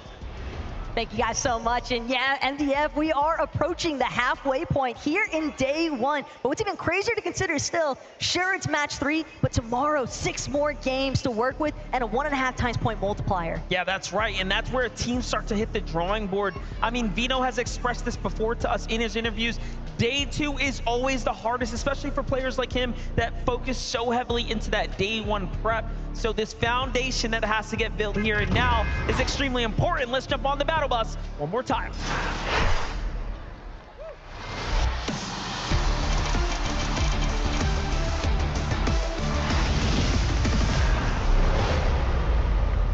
And just like that, match number 3 is upon us. The Battle Bus is departing one more time here today. And I think also, MDF, one thing we're really gonna get a chance to see is how the micro adjustments continue to unfold, because at this stage, you really wanna make sure you're setting yourself up for the best recipe for success heading into day 2. But this halfway mark could really be the telling tale. Yeah, and we're kind of jumping back to match 1 vibes right here. Calgamer, Haman versus CZB and Nathan. They won the first fight. Kind of fizzled out the second. This one now is all up to Cal right here. Cal finds the first tag and no duo insight yet. kind of runs off to a safe spot. Very smart position to put him in. Meanwhile, Nathan has more time to go ahead and start healing up, but no material. We all know Fortnite's a game of builds and attrition, and if you have the mats, you usually have the fight in the bag. CalGamer comes on top for the Middle East. That is a big clutch opportunity there for CalGamer, because him and Aman definitely need to start rebuilding a little bit more in terms of that leaderboard, but again, they're not the only ones with that vision in mind. Merstash, Malibuca, Restored Reels one more time. Oshi, Worthy, and Alex. I love seeing them lurk in the horizon, but the way that they've chosen to split that POI is pretty interesting. I want to see more Worthy perspective in Alex there, but we have to see what's happening here between Oshi and Middle East here. This is a really big fight for FKS and Adapter, whom are winning at the moment. Tinka goes down, Daneth is down as well, and FKS and Adapter collapse from both angles so perfectly. Look at it from Adapter's perspective, just catches him in the nest there, in the danger web, and it is over before they can even put down a build. Have to love that supportive fire coming in as well. Perfect timing. Phaser and King, though, slight world of hurt here. Phaser trying to do what he can, but at the same time, we'll have to just check back in with him, see how he manages as a solo for the time being, because we've got action heating up here at Restored Reels. So many medkits getting tossed out, but Merstash and Malibuca manage to take this one over yet again. 2 eliminations in the bag, plenty of heals to work with as well, so they'll be able to recuperate nicely. Take a look from Merstash's perspective there. He lands a great tag onto Worthy so fast. Then Malibuca finishes off Alex, who's a little weak there. Almost finishes Malibuca even with the HP disadvantage, proving that he definitely had the better shot, but just gonna come up short there. Meanwhile, Threats and Trashy have gone up against Peterbot and Boy, and you can see the results of that. Not very good for Trashy at the moment, but Man City Threats, if it's one thing that we know, is that he's a veteran of North America. He's gonna stick around and try to put down some numbers here. And a lot of players, definitely big fans of that thermal scope as well, but it's gonna take more than 1 or 2 nice shots for Threats to work his way out of this position. Keep in mind, he's still possibly gonna get sandwiched here if he's not careful. Peterbot Pollo still close enough that they could continue to play spoiler there for Threats. The Yapko and Swizzy also on the wraparound here. They're gonna choose to just try and work their way through Charon's Crossing. Not really interested in sticking around.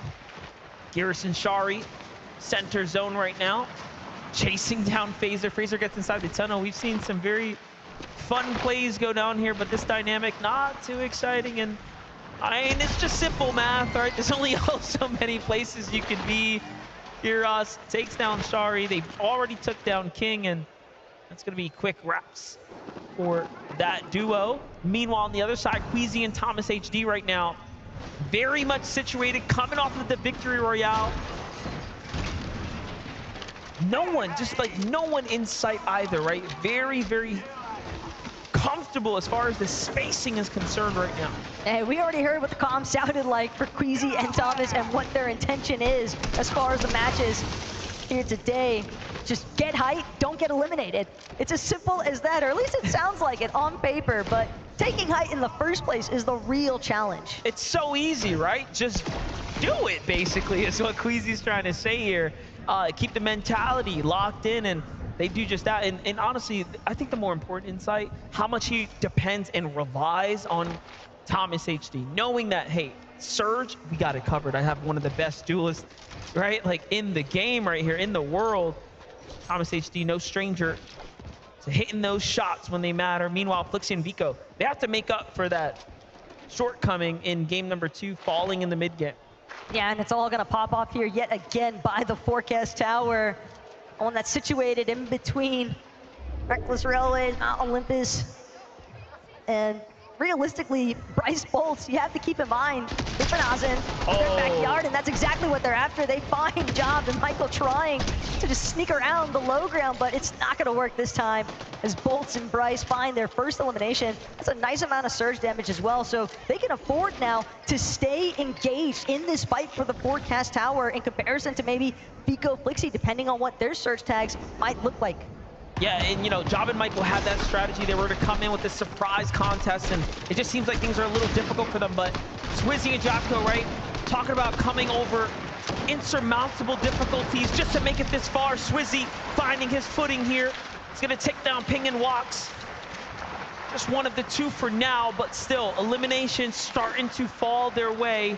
These are critical points now for the tournament standings. On the other side, Clix and Vino make it out of the drop. And now they're on their way to the north side of the zone here. Still cold, so dangerous on the outskirts here. Cold making sure to just use the natural terrain, keep himself as concealed as possible. But again, Clix and Vino are more than aware of just how much attention the forecast tower is bound to draw towards them and their initial rotates, but it seems as if Vino and Clix were a little bit more fixated on trying to deal with Shari, Giras, but now having to look back because of the tags that came into play from Cold and Acorn, and Sherry probably a little bit happy about having some of that pressure alleviated temporarily.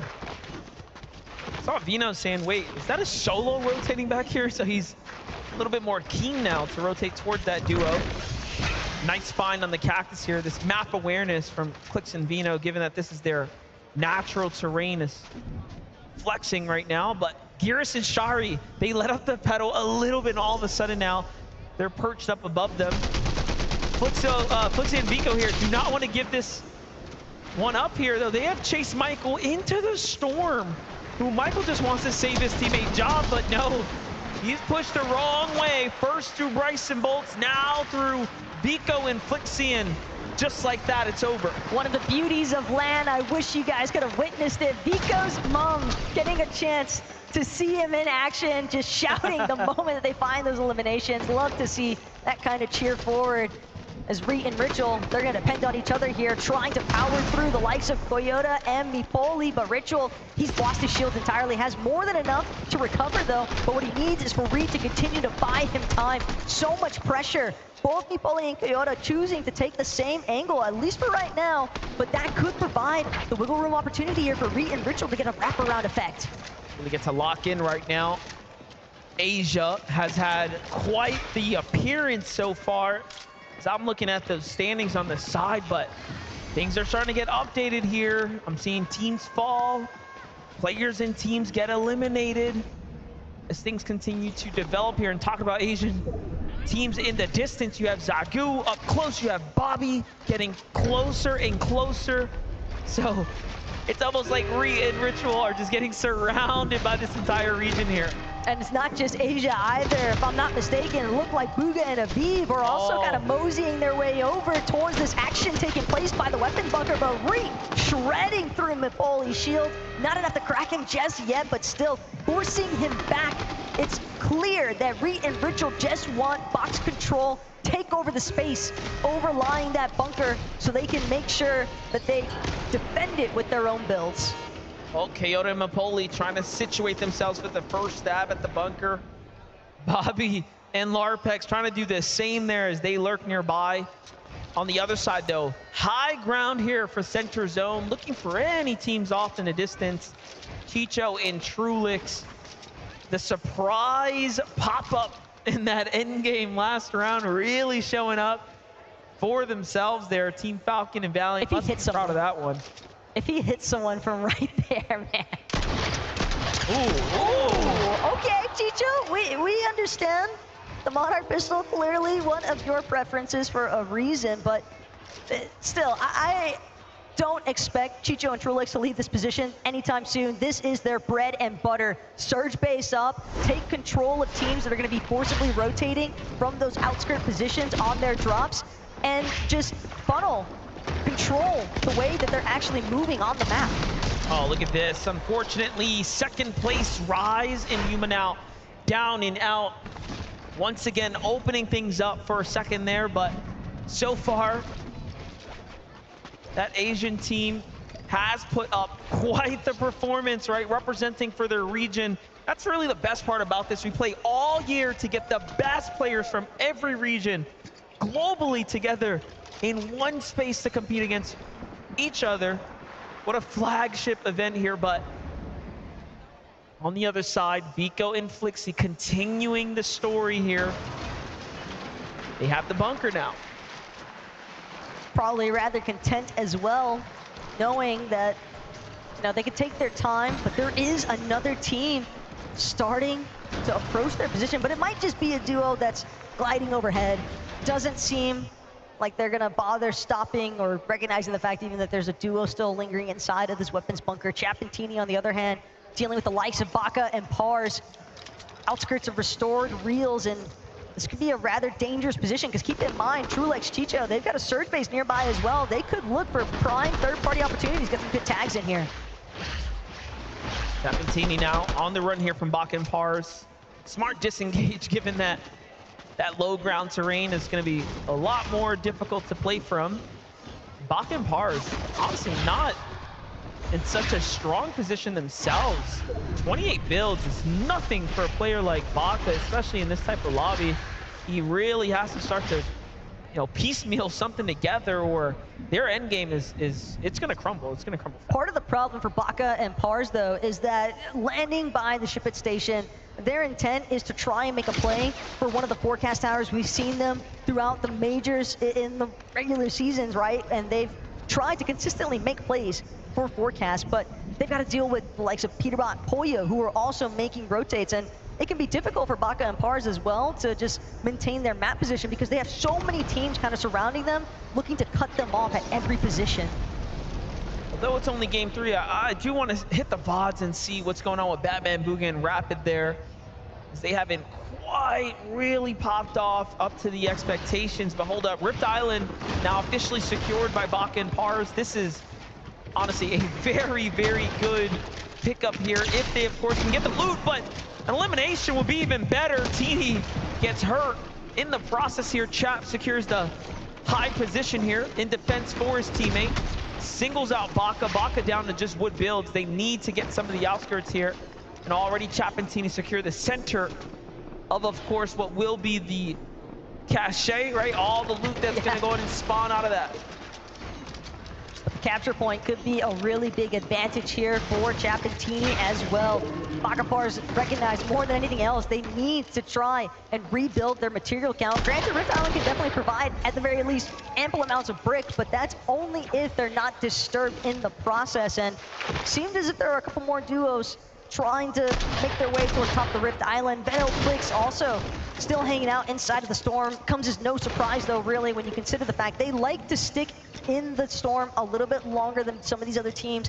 They're usually pretty consistent about getting those surge tag damages, but they can also be very dependent on the vending machine to accrue the heals to make sure that they can afford this time inside Storm. Vending machine makes a massive difference. Bunkers make a massive difference as well, as far as having the heals to string together a strategy like this. Cammy and Seti clearly have a stronghold on their area.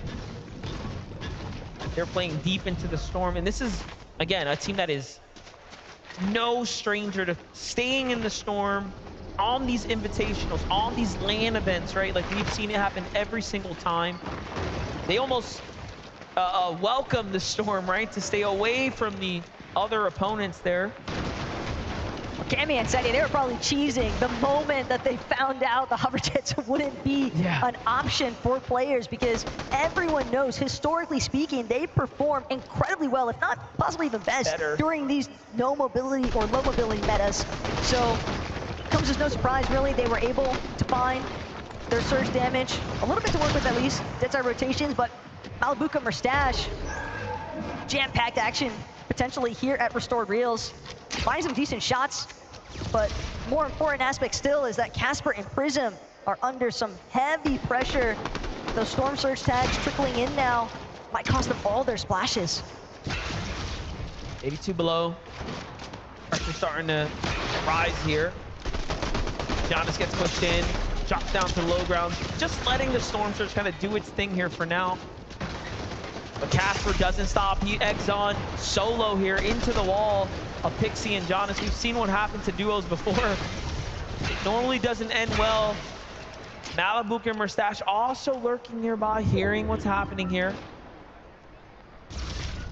And again, you can technically out-sustain the damage that's dealt, but 25 a tick, not to mention the other teams taking notes, shooting at you as well. Shield cracked has gone out. That might be the go sign here for Janus and Pixie. They recognize the fact, though, this duo looking a little bit too desperate for it. Merstache, Malibuca instead gonna strike from behind. Casper, Prism, they were so fixated on Janus and Pixie, they had no idea the real threat that awaited directly behind them. Yeah, now Merstache and Malibuca have nothing to worry about. They have so much damage. The refresh is there. They're going to be fully focused in on likely getting to the new line of the Storm here shortly. And they saw, like, you know, this team was fighting another team, so clearly they're very much aware. But wait a second, Pixie knocks on the wrong door. This is a full duo. Little did he know, he was likely thinking this was what was left of the other team that was just there, and Janus falls for being out of position now. Merstache and Malibuca really racking up the eliminations this game.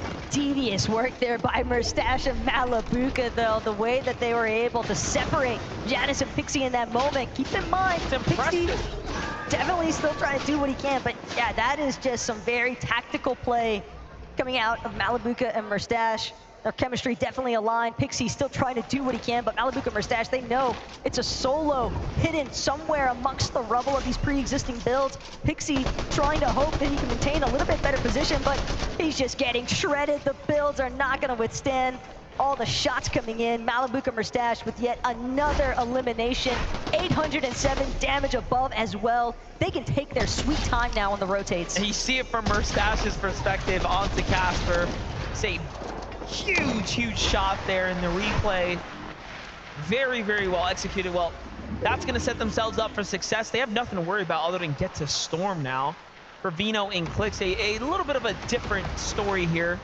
Still a successful game nonetheless. 2 elims, plenty of material to work with, especially in Clix's reservoir here.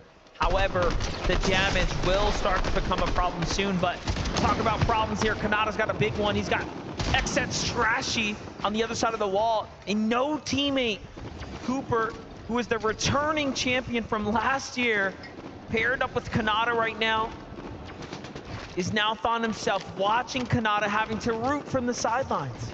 Yeah, I mean, the Ship It station has just been fully skeletonized at this point. All the walls practically torn down. Other player builds replacing them, but Kanata has done a decent job, at least at forcing Trashy back. And in fact, Trashy so low, Kanata not going to be able to get the outright elimination just yet, but he's hunting it down. Trashy just hoping that he can buy himself a little bit more time, and Kanata's got to be careful, because Queasy and Thomas, they're also nearby. We already know Queasy and Thomas have the confidence coming off that last game. Big rotate coming out on the other side, though. It's Agers and Rise who are on the move right now.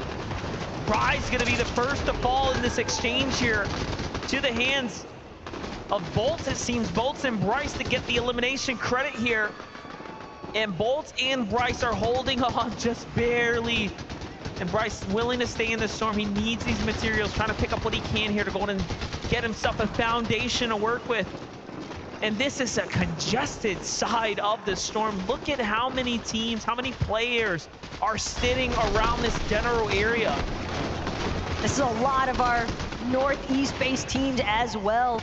And Bryce, at least with that refresh on the material count, he's going to be able to at least dictate which direction he wants to head next. Might be able to protect himself on the disengage as well. Agers, though, might not find himself in a similar fashion.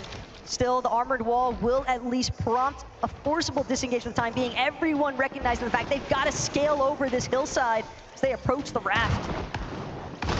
Well, time to make a decision. Agers goes for the fight. And now he's in the Storm, but a tag is going to set him off here.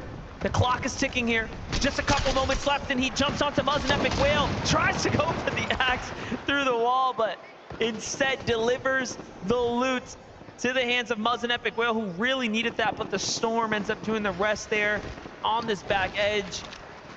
And it's just one problem after another now since match 1 for Epic Whale and Muzz here. It's going to be difficult to ask Epic to do much more at this point, given the situation. Epic just hoping that he can survive, but that dream is shut down instantaneously. Just domed from a distance, and not much left to do except sit and wait for match number 4 to begin. Trulex, on the other hand, though, no Chicho again. Some of our teams that are just trying to lead, unfortunately finding themselves in these compromised positions. If Trulex goes down now, MDF, that's going to be a heavy hit to placement points. Yeah, definitely will set them back, given that they set themselves up with such a strong position now after that first game. Obviously coming in with a little bit of a lead, but how long can that lead last when you have people like Peterbot and Pollo putting sights on you? And looking at that update there, Cold and Acorn are down. Yuma and Rise are also down. This match 3, almost a defining moment for some teams here that had a real chance to break away, but as all things balance here, it's almost like we're brought down to reality. So Trulex, really the only player now in the lobby that has a 30-point gap, but for how much longer? He's just trying to stay as concealed as possible and hopefully connect. An elimination, really? Yet again, Dukes now forced to play this one out as a solo. This box gonna get collapsed upon. Hiko though loses Flixie. Another one of our teams in the top 5 wiped out. That is actually going to be very, very important for everyone who's on the bubble now, looking to jump up into that top 5 spot. And even better for the likes of Peterbot and Pollo, who are very much there. Thomas, HD, and Queasy, who have been running their way up the standings here. Look at this late rotate, allowing them to have this much visual. Not even needing to build walls on the side is a sign of confidence on its own. Look at this Thomas now, he was just taking shots at the lobby leader. He's still got his sights set onto Trulex, might have even identified him as a solo, but they're gonna find themselves chopped. Malabuka, Merstash now trying to make their approach towards Queasy and Thomas. Meanwhile, Peterbot, Pollo, they're currently sitting inside of top 3, 3rd place to be specific, and they're gonna instantaneously take over the hill. Prime position, also catching shots, tags, connecting onto Queasy. But the hill height is the real W here. Well, I hate to call it early, but it is not looking good for the lobby if you're rooting against Peterbot and Pollo right now, as they have got themselves the natural elevation, the material count, and the base already set up. Meanwhile, Queasy finds himself in a bad rotate there, taken down. No Elam's earned this game.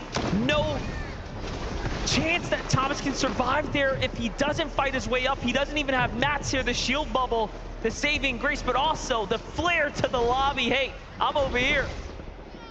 There's only so much that Thomas can do from this current position. And first, he's got to break through Yapko and Swizzy, throws out the shield bubble. It's his last hope at this point, hoping that there isn't a duo underneath him, but unfortunately, he won't even get a chance to reconsider where he wants to go next.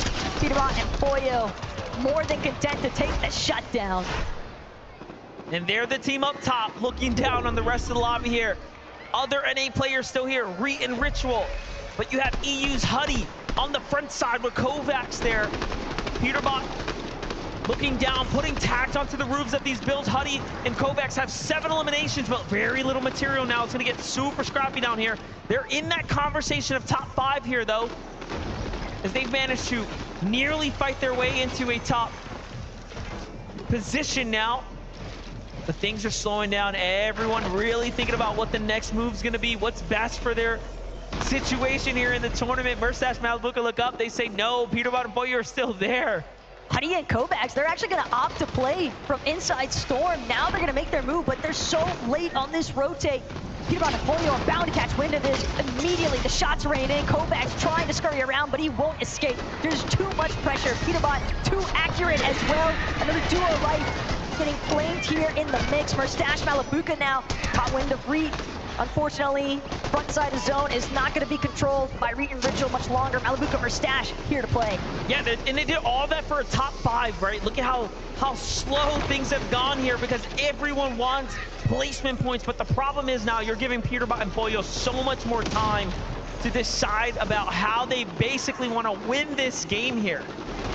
Ritual still trying to work his way through. He's crouching, he's breaking the builds, but Peterbot and Pollo MDF, I hate to call it early, but they are looking primed to take over here in match 3. Unless Merstash and Malibuka have something to say about it, currently contesting Yapko and Swizzy. This could be a massive refresh for builds. Swizzy and Yapko, 8 elims. What a monstrous game for them here. Top 3, breaking his way through the builds here. He still has a lot of gas in the tank here to work with, but Malibuka and Merstash put up such a strong defense there. A great tag onto Merstash to go on and set things up, but he steps in now. It's time to throw it all down. It's all or nothing. Right hand peek here for Merstash is going to work well. Peterbot and Polio jump down from the high ground to go ahead and get in the mix. One of those goes to them. Merstash is down. Malibuka's down. 2v2. All they got to do now is find the last shot, and Polio, hungrier than ever, is going to get one. They just need the second now. Peterbot, Polio, they're tracking him down. Swizzy staring just a layer above. Polio's gonna fall though. This could be massive. Swizzy could actually take it, but Peterbot trying to shut that dream down. Peterbot, oh my God, is all he needs. Swizzy takes it home. Peterbot and Polio get taken down to the hands of Swizzy. Phenomenal job there. In the end, just when you thought it was over, just when you thought he didn't have a chance, they clutched it up. They pulled through. I have to put a little bit more respect onto Swizzy's name here. Keep in mind, he's a powerhouse player coming out of EU, but Adam, close on sight. Thank you so much. Give it up for your Game 3 winners! Swizzy, wow. That was that one-on-one. Peterbot there, right at the very end. You managed to start that out perfectly, but walk us through the final stages, how that all went down. I don't know, like, it was actually not that hard. Not as hard, not as hard. Peterbot and Pure have been very strong throughout the competition so far, but Yapko, you guys are looking very good too.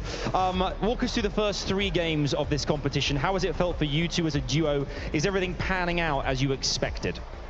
Yeah, we just adapted very good, I think, and we're just playing our game. I think it's pretty good. I'm pretty confident we can play good. Obviously, we got a bit of a halftime break now. What do you guys do behind the scenes? Do you kind of go over tactics, strategy? How do things go now? Or do you just rest and relax for a second? Yeah, we're just gonna take some break, like relax and think about the next 3 games. And I'm gonna ask you as well, watching that at the end there, you watched Swizzy in that one-on-one. Are you feeding anything through on the comms then, or are you just keeping quiet and just letting him do his thing? I mean, I'm just calling behind him, you know? I'm just telling him everything. Because I was still alive, so I could see everything on my screen. Love to see that. One more time, give it up for Swizzy and Yapko, everyone! Thank you very much, guys. Now, obviously, you know that I've got a voice of an angel, okay? No one booked me for the halftime show. I can't believe it. I'm devastated. I don't hold grudges, but I actually blame Zeke. I could have done a repertoire of my Fortnite Festival classics, and I couldn't do it. Zeke, I blame you. It's over to you, buddy. That's okay, Adam. You can blame me. Most people do. My gosh, Swizzy here.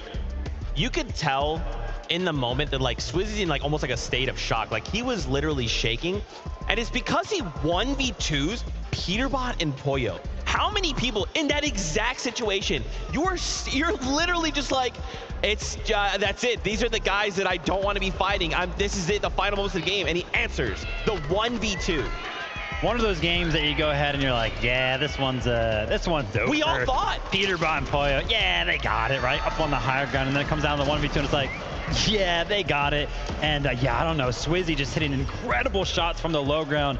Peterbot just not having everything reloaded right there at the end. Makes all the difference. We are in the Swizzy era, man. I can't believe it's taken us so long to see this player on the big stage. And if this is what we've been missing out on, oh my goodness, I can't wait to see what we have in store. This guy has been performing at the highest level of Fortnite for about a year now, right? We saw towards the end of last year in Chapter 4 just how impressive he was when he won FNCS with Putrick. We wanted to see him at Globals. Unfortunately, we couldn't. Even this year, they qualified. They've been dominating EU. We couldn't see him with Vanya, and we thought, oh my goodness, I mean, cool, we get to see him, but it's not going to be the full power duo we thought we would. But Swizzy and Yapko been looking good, man, and Swizzy in particular, shining as always. I just cannot believe that 10 eliminations onto that duo. And again, on the flip side, right, we still have to give props to Peterbot and Poyo. Yeah, right. They just absolutely dominated that game for so long. And those final few moments, right, when there's 3 duos remaining, you just wait. You're like, okay, when they start to fight at the bottom, we look to strike. Unfortunately, though, Swizzy was on the other side. Yeah, this was actually one of those games that Peterbot and Poyo pretty much secured second place, or it, could have been that victory royale way earlier than that. It was actually the 6th to 7th zone pool where everybody was actually northeast of Grimgate, but then the zone pulled southwest. It pulled all over that green river that gave everybody the dashes. But the difference there was that Peterbot and Poyo, they actually saved those dashes for 9th zone. Once they were able to rotate in the 9th zone, they used those dashes. They got ahead of Queasy and Thomas. They built up on the hill, and they had high ground for the rest of the game. Yeah, and like you said, from there you just expect it to be easy street. And for the most part, it was. Unfortunately, those final moments, we know just how tough they can be. But it's such a great sign for Peterbot and Poyo. Right? We just talked the game before this about how, look, those games we saw earlier are probably some of the worst games we'll see them have. And yet they were still racking in big points. It only gets better from here. Yep. We got to take this to a listen in from those few moments because that was just a crazy run from Peterbot and Poyo. Let's take a look. All right. We can get all left and get height. We can get all left and get height. Come. Come.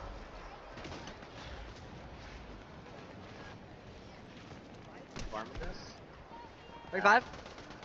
No looking. 30.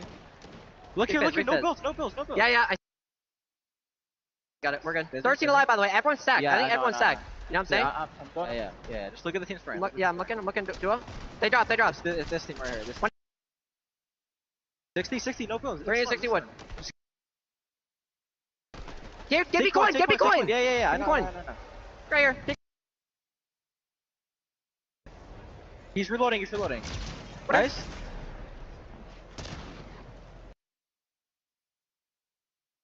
Always great to actually listen into the comms. 11, we were actually having a conversation about Peterbot's comms. You were listening to them over at EWC. Compared to there, what's the comparison? I mean, at times, right, in some of those games, you maybe was getting a bit quieter. I remember some of his teammates on the key, they were complaining, you got to talk a bit more to us, Peterbot. The communication, much more in his element here on this big stage. Nice. I love to see there in those final few moments as well. In that situation where they made that beautiful little rotate up the hill, right?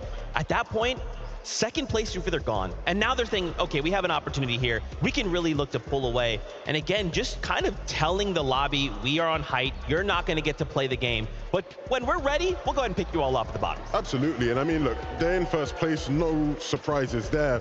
I think it's interesting how even with their success, if we're going to be critical here, I think we're seeing the effects of the whole RAF situation where they're not getting that whole POI to themselves. It feels like in some of the NAF and CSs this year, they would have gotten a POI like that all to themselves and been able to run with it, have cap loot. But the lack of loot, you'd argue, means, again, he doesn't have as much ammo. He can't spray as much towards that back end. When he runs out of shotgun ammo, he can't switch to his AUG, right, and use that.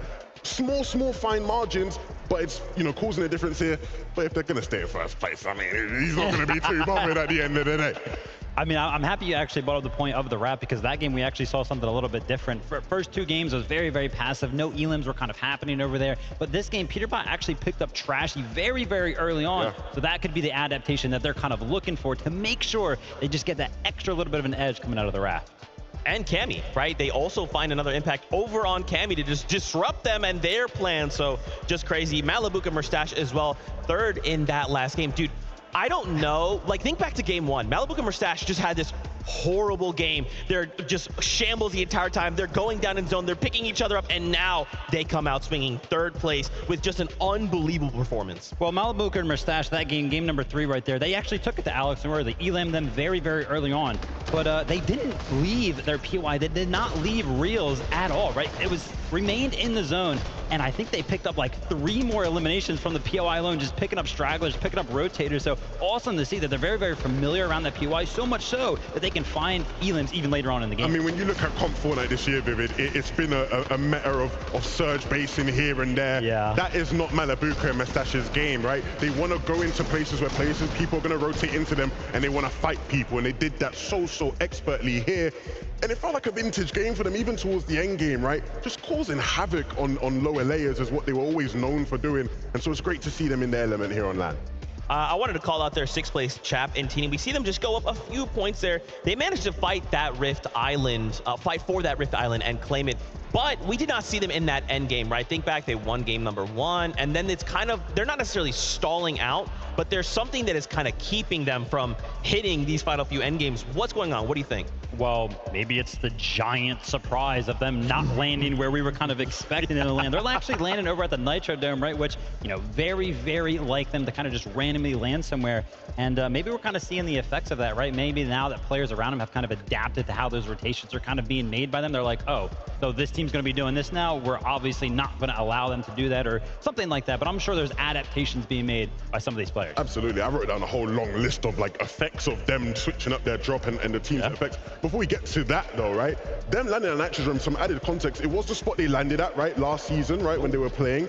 And when you actually look at where they were deciding to land, they never really committed to a spot, right? At one point, they wanted to go Reckless and they were going to go towards the Underworld. And it's funny, I spoke to Kanada and Cooper a couple days ago, and they were like, for sure, those guys are going to go Nitro Dome. They knew, they were like 100% those guys aren't committing to whatever they're saying they're going to commit to. They're going to land on us. And I guess they were very prepared for it.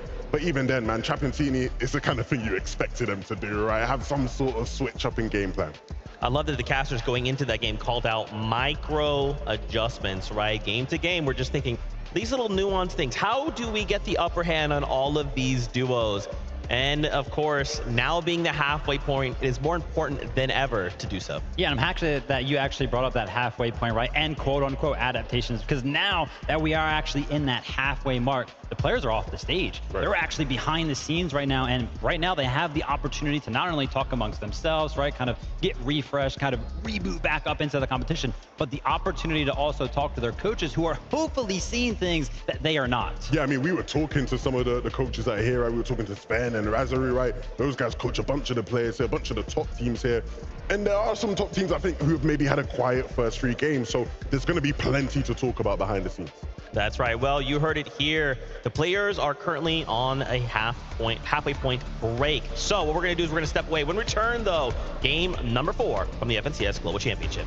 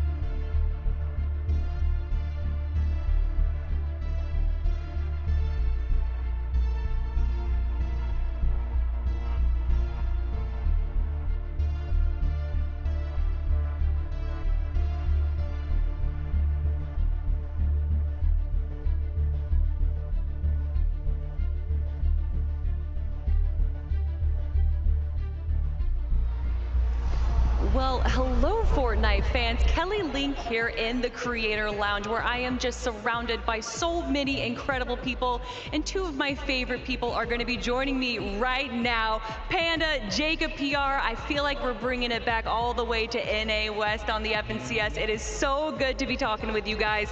How you doing, Panda?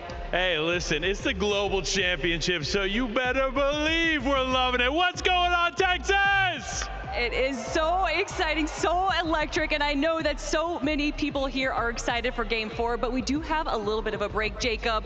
But when that break comes back, I'm ready for Game 4. What about you? Oh, I'm definitely ready for it. Even though there's like a little bit of a slow start and some hiccups, including that last way the game ended, Peterbot and Pollo, oh my God, this is a legacy in the making, and there's 9 more games throughout the weekend, and I couldn't be more stoked.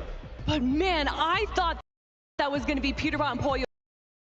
Seen them time and time again, but who was waiting for them on the low ground? Swizzy. Is that something you could have expected, that 1v1 going out that way? Honestly, yeah, I can't lie. I predicted that was going to happen.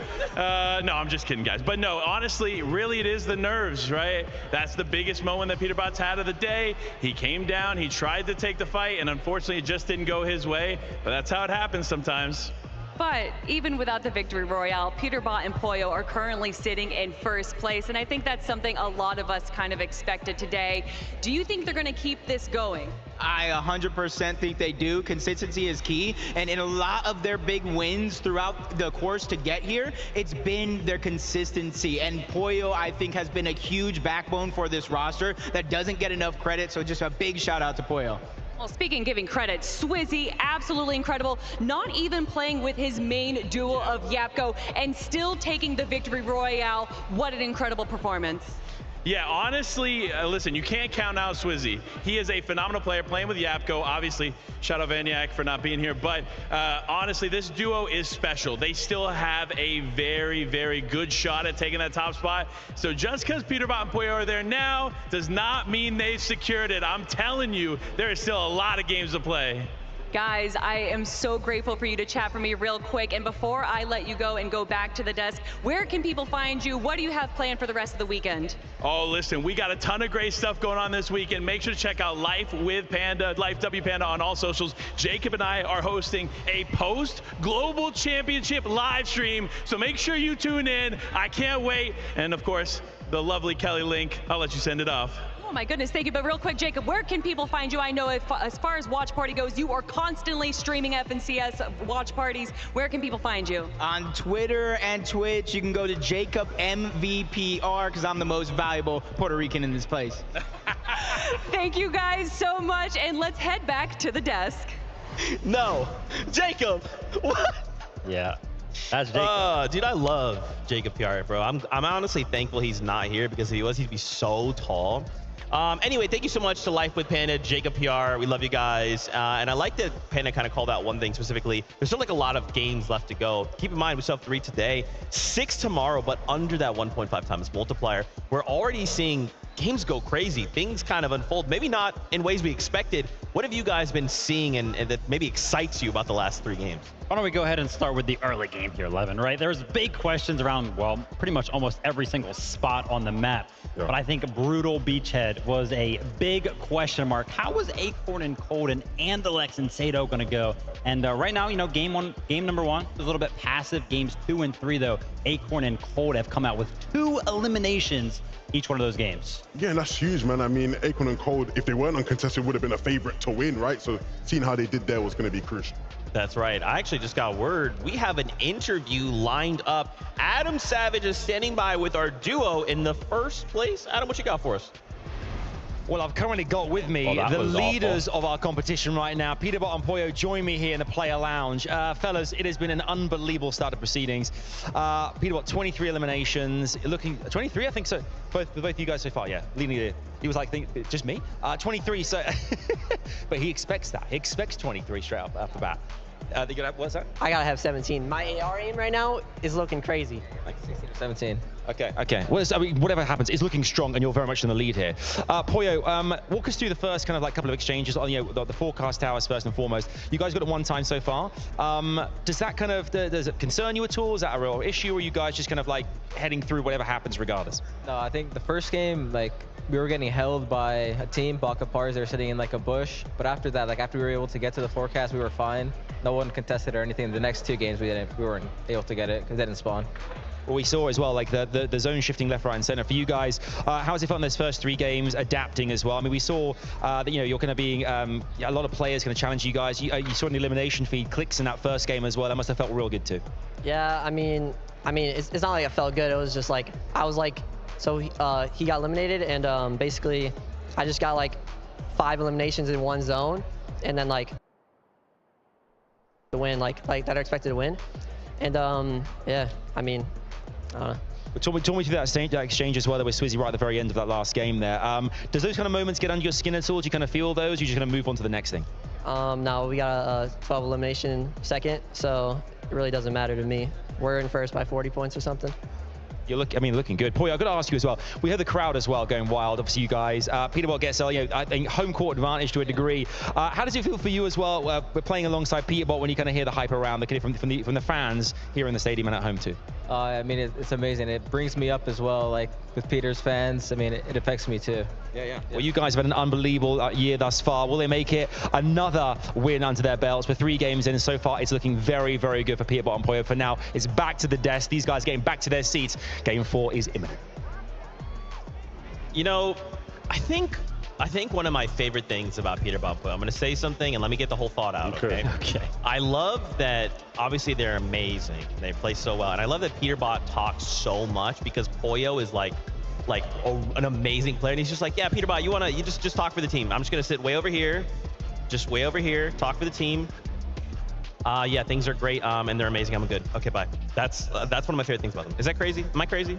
No, I mean, but I think it really, really works for them, right? And that's what you kind of need when it comes down to duo dynamic, right? Somebody's a little bit more vocal. Maybe that's how it kind of goes in game as well. I mean, yeah, I think when you look at the dynamic of that team, anybody that plays with Peterbot is going to have to put their ego to the side. I mean, that guy's got enough ego for all 3 of us on the desk here. You know, he could talk for days, that young lad. But I mean, look, he's a top player and he backs up his talk with performances in game. And it was interesting there, you know, how Adam sort of asked him, like, do you sort of let losing that 2v1 affect you? And I think it's good that it doesn't, right? And he talks about how it doesn't matter, we're still at the top of the leaderboard. I mean, I think it's that sort of mentality to just keep going, even when things don't quite go right, is the key to why they're so successful. Yeah, I mean, saying, look, 12 elimination, Victor Royale, or second place, it isn't the Victor Royale. Now, if tomorrow, 1.5 times, you definitely want that Victor Royale. Those points are going to matter, but bro, 12 eliminations and a second place, that's still a ton of points. Right. And as he called out, he eliminates the second through 15s. At that point, you're like, cool, I'm just creating a gap for me and Poyo. Yeah, instantly looking towards the positives of the situations, not necessarily the negatives, which is really, really good. Now, we were kind of talking about something prior to the break, right? We were like, okay, now they have the opportunity to go ahead and converse amongst themselves with coaches and everything like that. What can we kind of expect going into game number 4 to maybe change, if anything at all? I mean, one thing I think I noticed throughout the first couple games already was there was a bunch of teams actually switching up their spots. I felt like we were seeing a bunch of different people in areas of the map in early game where they just shouldn't have been. Like King and FaZe were all the way in like the southeast of the map. I think Michael and Job was somewhere there as well. At one point we're like, I thought you guys were landing all the way on the other side. So clearly there's been big switch ups already, and I think we'll probably see a couple more. Absolutely. You guys have kind of started talking about Acorn and Cold. I kind of wanted to circle back to that conversation. The duo, how are they performing? Are they performing the way, I guess, you kind of, in your mind, envision they would on LAN? Yeah, no, I think Acorn and Cold definitely are going to find themselves within the top 10. I actually predicted that they were going to be in first place at the end of day number 1. Right now, after 3 games, you know, Peterbot's got quite a lead, so I don't know if that's going to happen, but I think they're performing very, very well, handling the all-spawn situation perfectly. Yeah, clearly. I mean, I think most people who know me know I'm a big Cold fan, and I'm a massive Acorn fan as well, and I really do back these guys to do well in every given situation. I think we know with 1.5x points, we saw them in Major 3 and NA not having the best day 1, but with the 1.5x, the comeback that they had to place as well as they did, they're always going to be in the competition. No matter how far down the leaderboard these guys are, until we get to maybe game 11 tomorrow, right? They're going to be in this competition. And when you have that ability, that's a real big strength. That's right. We've seen their off-spawn situation. We actually have a list in from this last one. So we'll see how this goes.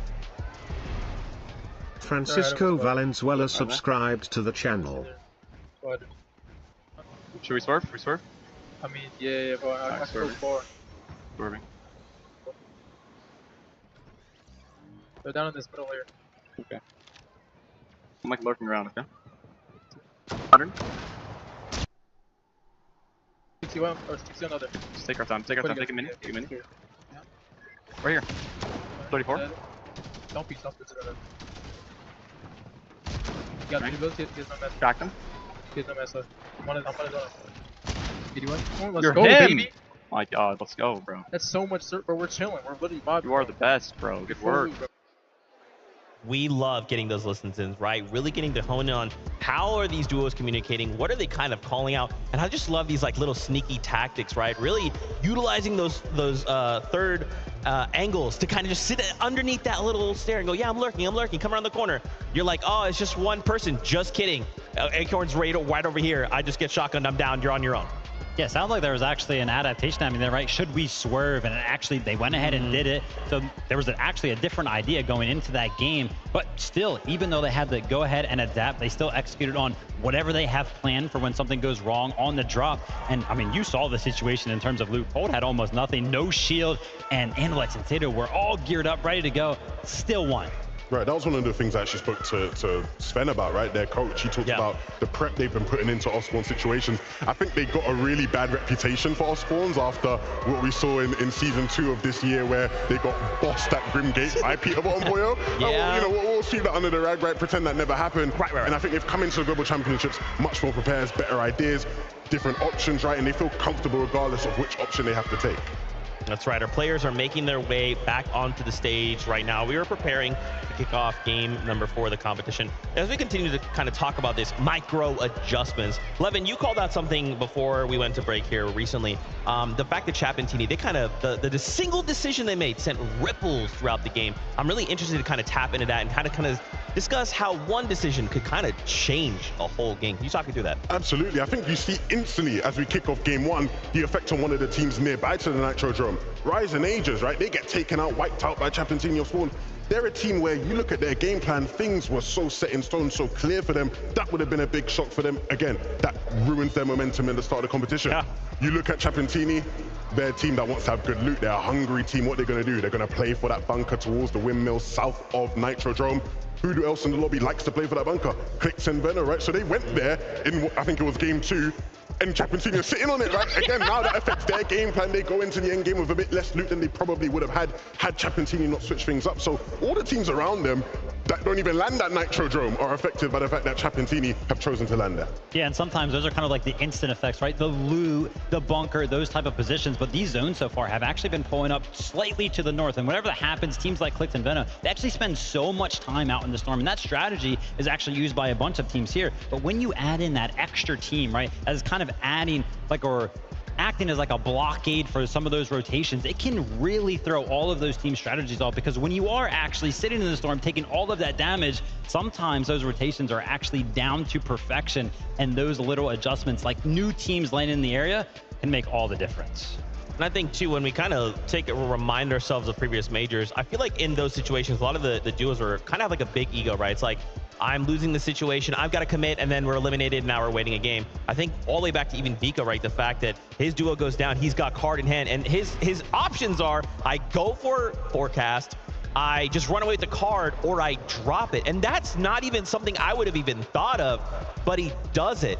And so those little decisions, once again, really rippling through the game, so interesting to me. Yeah, that's one of those fights that keeps happening consistently, right? Vico, Flixie versus Bryce and Bolts, so much so that now it's a consistent thing that's happening. Other teams are like, whoa, this is happening over here. Let's get involved. I mean, the big difference there, right? You know, for Vico and Flixie here versus OniU. OniU, they would have just rolled the teams who were landing. Yeah. Right? That's what happened when you...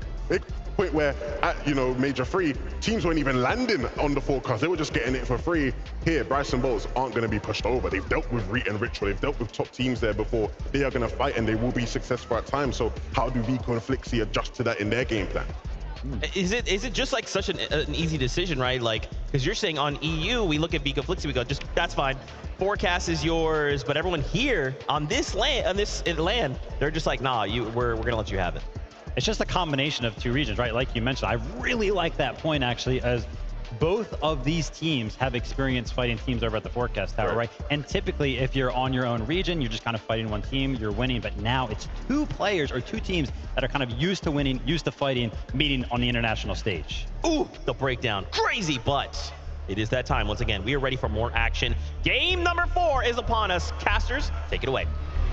We're a quarter of the way into this 2-day competition. Let's not forget, this is just the start now. Yeah, and I mean, with the way that things have been going, it is just absurd to think, MDF, that Vivid Shirt is still holding strong, at least for the time being, because Peterbot and Pollo have technically put NA on top. And they're doing it. They're putting up the performance. It's a pretty EU-heavy top 10. We always expect that, though, right? More teams, more chances, but let's see it for match number 4.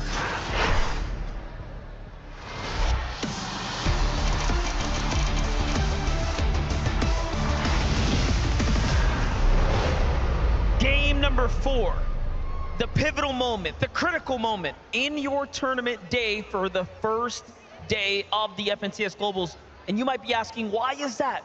That's because after the last 3 games, after you get this halfway break, you get to reevaluate your situation, possibly talk with your coach, possibly look at something in the background, right? Try to figure out, what have I been doing wrong? How can I adjust? Possibly reconsidering whether or not you want to go for the 50-50 contest. And as far as Huddy is concerned, he's already out of the conversation. Sky and Scroll, though, a little bit beat up, but they might be able to still close this one out. Kovacs, though, understanding the dire situation, the consequences if he's not able to pull through. He's trying to do what he can to scramble, make sure that he keeps his duo with a realistic opportunity for the revive. And he's done just enough to push back Sky and Scroll, even for a moment. Now Kovacs and Huddy are in 4th place, but it's not looking good as they get taken out. The first team to fall now to Scroll in Sky. And it has to be a crushing loss there as Huddy and Scroll went head to head, and Huddy just didn't have a weapon. Just didn't find enough damage when he needed it most, but again, that's part of the nature of those direct 50-50 splits. You can test at Rebels Roost inside that building. You know where the 4 E-spawns are going to be at, but that doesn't necessarily mean you're going to pick up something worth going for in the first place. Malabuka, Merstash, on the other hand, Restored Reels. Saw that little flash by Merstash of the drop map. Love the printout, but Merstash, he's got his eyes set onto Alex's head right now, and that's going to be his first elimination here. Oceania, things are looking a little bit grim there at Restored Reels. Up against EU, not so much up against NA, as honestly Resigns and Damo have managed to really hold their own up against Clix and Vino, but you know, Clix and Vino have played very passively, if you will.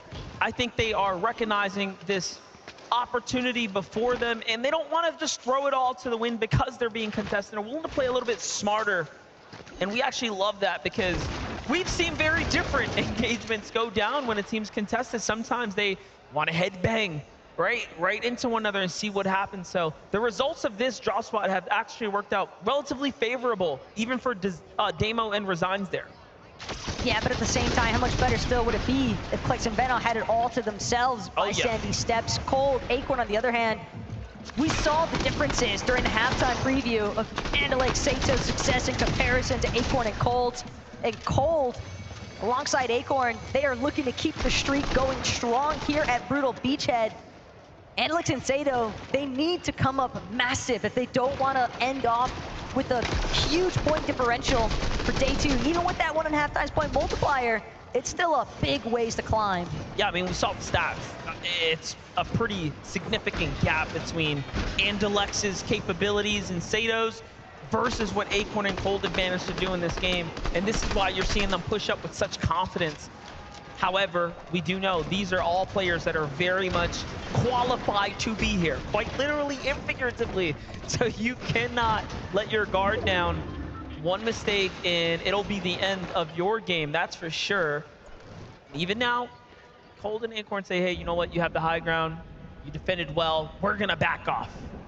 Sato and Andalex are definitely hoping that they'll be able to turn things around here in match 4, but at the very least, they do know that they'll still... Opportunities start to shift here. Reason and Vidil now. To tear apart everything that resides at the bottom. They know that they're gonna have to deal with some other teams soon, but they like their position of control right now. Got to get that medal one way or another. For Thomas HD and Queasy, they do the same, scrapping every opportunity up here. And you know, Thomas HD and Queasy, we kind of talk about their drop spot being so desolate, right? There's no teams nearby. It really is such a significant difference, I would say, between, you know, how their tournament is going down here versus the likes of really any other team. Another team that had a similar position was Bugha and Aviv, but we haven't even been able to see what they can do. Because if we were to look north, they have a similar situation, really no one nearby, but what is it that's missing there, right? Yeah, they kind of have to forge their own path, create their own engagements, essentially, and hope that teams are willing to even bother with fighting back, because so many different circumstances now. We've seen teams just immediately go on the retreat, go on the defensive, not necessarily looking to be as aggressive, and that has definitely resulted in some teams struggling with their surge. But Peterbot Pollo, reveal medallion as well. Plenty of ammunition as well inside of that Striker Burst assault rifle, so Peterbot Pollo hoping to secure this forecast tower for themselves. See what happened there, though? They stepped to that forecast tower. Vino and Clix is like, oh, time to go. So we saw in the interview, Peterbot was willing to call out Clix and Vino and say, I dare you to come meet me, but we all know it's probably not a good idea. Rise and Yuma, however, from second place, they fall down 5 placements after last game because of an early game fight. This time, after weighing even what happened there, they feel like it was worth it, and they're coming back into another pretty battle here. But for Yuma and Rise, already running relatively thin as far as their material count is concerned. And it seems like Yuma would at least prefer to disengage for the time being, but a shot from overhead, Swizzy in the distance, but Thinking Walks still behind. Yuma and Rise might find themselves unintentionally pincered here. Slurptrek gonna buy them a little bit more time though. They'll at least be able to box up, hope for some safety net to come into play, but at least with the shield refresh, now they're hoping to maybe take that fight, because at the very least, they need the Siphon materials. Yeah, they'll need to get the damage. They'll need to get active here. Muzz and Epic Whale on the move right now. What we've noticed about this team is those mid games, really, really, really tough positions to be in, as they found themselves in just a jam. It really feels like from time to time, but if they can just overcome that, see what they did right in game 1 and mirror that performance, we'll see them jumping right back up into the conversation in no time. And something else that's important to know, you have to keep in mind, Muzz and Epic Whale, they're kind of landing at that same drop as Reet and Ritual over by Doomstot, except Reet and Ritual, they are fully in control of the Mysterio, and they like to collect that Mythic Sovereign shotgun. That's the most important aspect for those two by Doomstot. So for Muzz and Epic Whale, I think at times they may have considered, do we want to challenge for that Mysterio bot and take over the goods that Reet and Ritual have essentially been hoarding all to themselves, but at the same time, that's not going to be an easy accomplishment. It seems as though Reet and Ritual got the advantage there. It's not looking good right now. Teeny is here, Chop is here, and they take down Murstache and Malabuka, but not before Chop gets finished there. And it seems like there was another team. Is that Rise and Yuma that just stepped up out of nowhere? No, it's TT Rise and Cooper, and A players. Agers and Rise obviously playing with one another. Cooper and Kanata, they're in the distance, side by side. It's gonna be a big moment though for Rise and Agers. They've been trying to claw their way up the leaderboard essentially, and the same could be said for Cooper and Kanata. And Restored Real is bound to draw a little bit more attention. Look at Teeny just trying to squeeze his way out of there, fully understanding He gets out. it is not worth sticking around at this point. Too much attention having been drawn.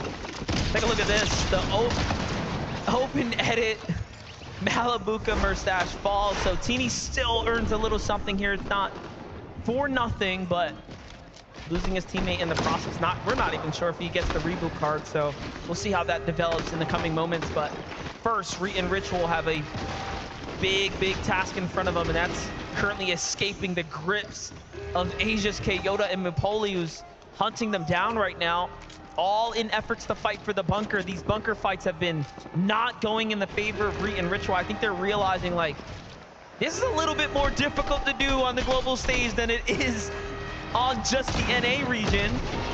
Come qualifications, and Armored Walls to secure the win here, forcing them into a bad camera angle. Reet has to think twice about doing that again. Reet just trying to make sure that he can actually escape, recognizing the fact Juice not worth the squeeze at this moment. Sharam, Zagu though, seemingly in control of the weapons bunker for the time being. Zagu already at the bottom of it. He's gonna make his way over to that weapons mod bench as well. Make sure to prioritize exactly all the little goodies he would prefer, but Reet, Ritual, they've had an opportunity to recuperate, feeling healthier.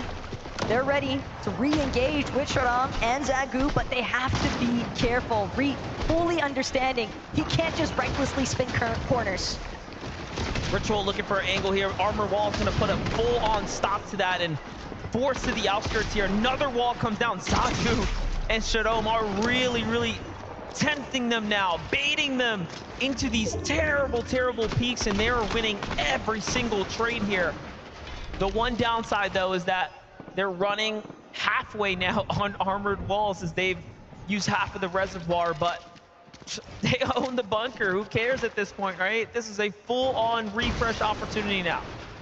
Slightly better situation, at least for Sharam and Zagu, and Reet and Ritual. They've spotted out our material count. It's entirely too low. We weren't able to capitalize on finding an elimination or two, so now they have to fixate on just rebuilding their material count in the first place, and that as well is bound to cause a little bit of, you know, trickle effect damage toward Reet and Ritual's game plan long term, because they're missing out on surge tag damage time. Speaking about Aviv and Bugha, they've taken now Reason, now looking to see if they can claim Vadil here, just outside the Doom's courtyard. It's a big rotate in, Vadil left by himself. Everyone decides to back off. Very interesting that two duos shown up, and the two duos are like, wait, there's someone else here. So very unaware of what's happening at the moment. For that reason, they give the respect, and I'm sure Vadil's trying to wrap his head around, where did everyone go? That's a different level of paranoia altogether. I mean, no one, at least inside of those boxes, and yet Vadil still crouching around, still trying to stay as tucked away as possible. Can't really fault him though when you factor in the caliber of player that all of these teams are essentially stacked up against. Yeah, there's good reason to be concerned about which wall you face next, but Vico, Flixie, back into the thick of it. Seems like they've got a slight overhead advantage. Right side peak though, not gonna be there just yet for Vico. Flixie instead, different approach altogether. He's on the same level as Ed and Persa, just putting immediate pressure onto the walls in front. Any team that can pop off today and finish inside the top 10 will have a real fighter's chance to run away with things tomorrow. Tomorrow's a 1.5x day, so setting up your foundation is so critical to your success. Vico gets just punished by Persa's shot there. Little reset now as Ed tries to get the heals here. They're fully back up into the swing of things.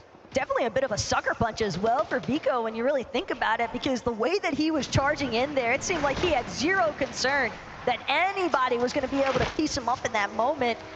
Nearly meant his own downfall for it, but Persa, Ed, oh my God, they're actually finding the smallest angle, tearing up the toes there from Vico and Flixie. Very important tags.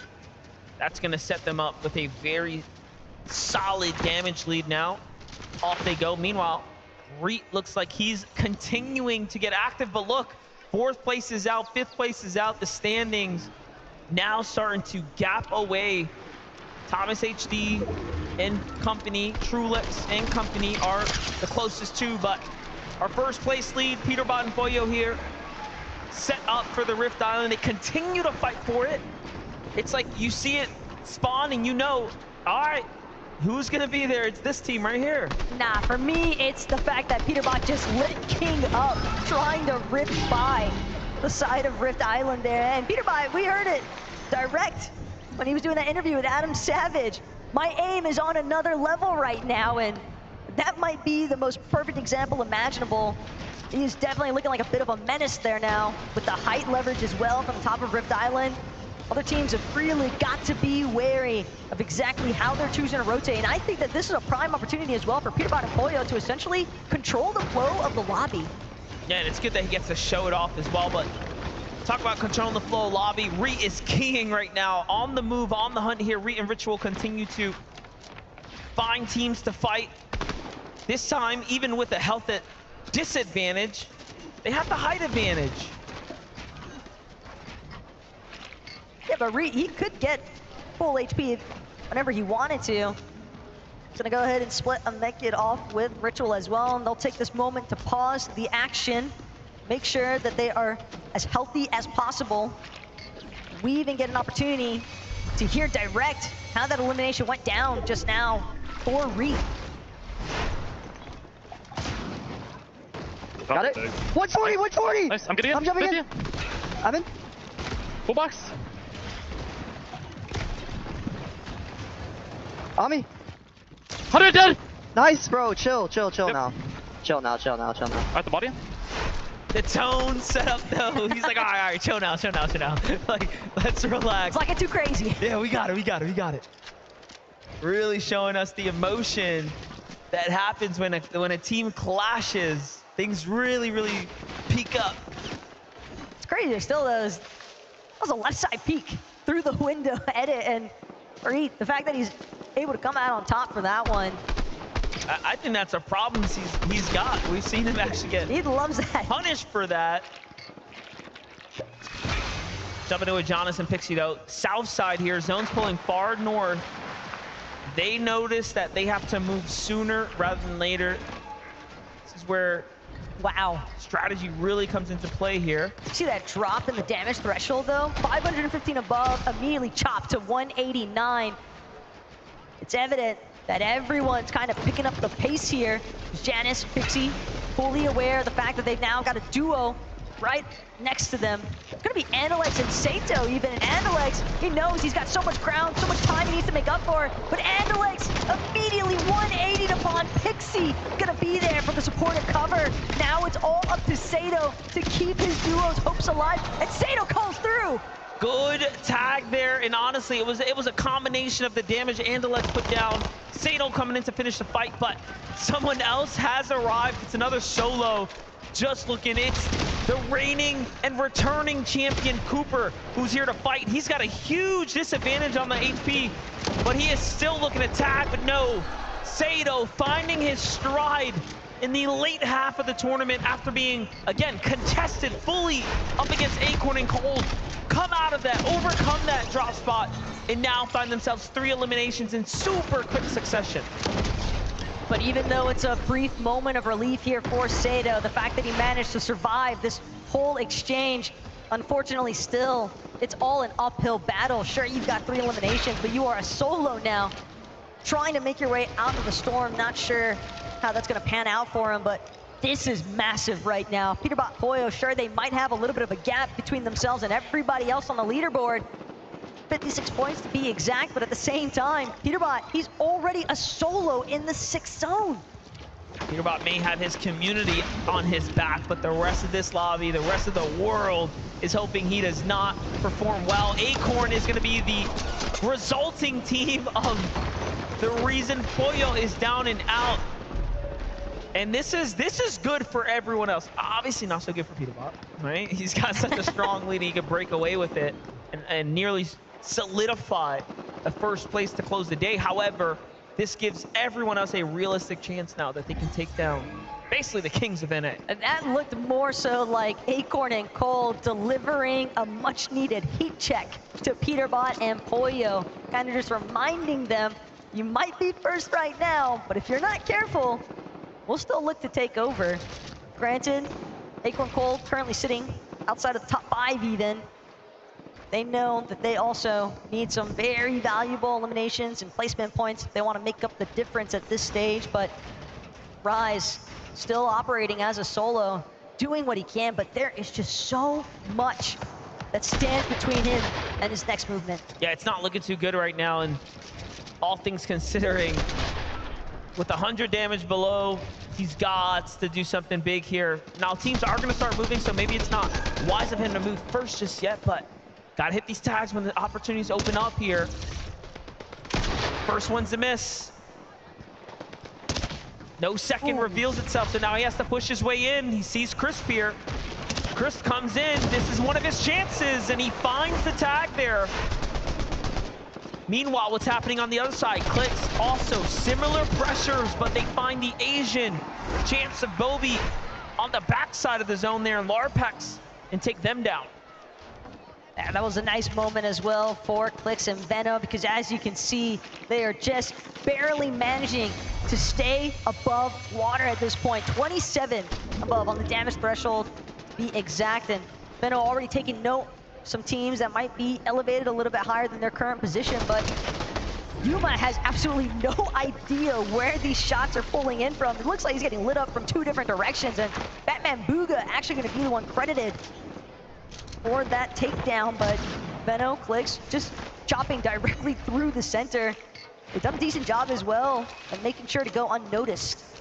Clix out of ammunition for his rifle. This is the worst we have seen this duo, and arguably the most important game right now. So all they have is each other at this point, and this is why they continue to remain below the surge, is because they don't really have the rifle ammo to find the tag. These shotgun pelts, I mean, they're not much. They're not going to do much. You have to take one of these wall-to-wall exchanges here. Flowberry Fizz comes out. Great catch here. It's Rapid who falls. And I think, again, they lose the elimination credit. However, the damage, though, is theirs. And the body loot as well. Very Veno nice. just practically refreshed the max mats. But most importantly of all, MDF, they've got the relief that they needed as far as that surge damage is concerned. Veno clicks on a box up momentarily, but Thomas HD from above. The Monarch pistol just continuing to pose such a massive problem for everybody else looking to rotate inwards.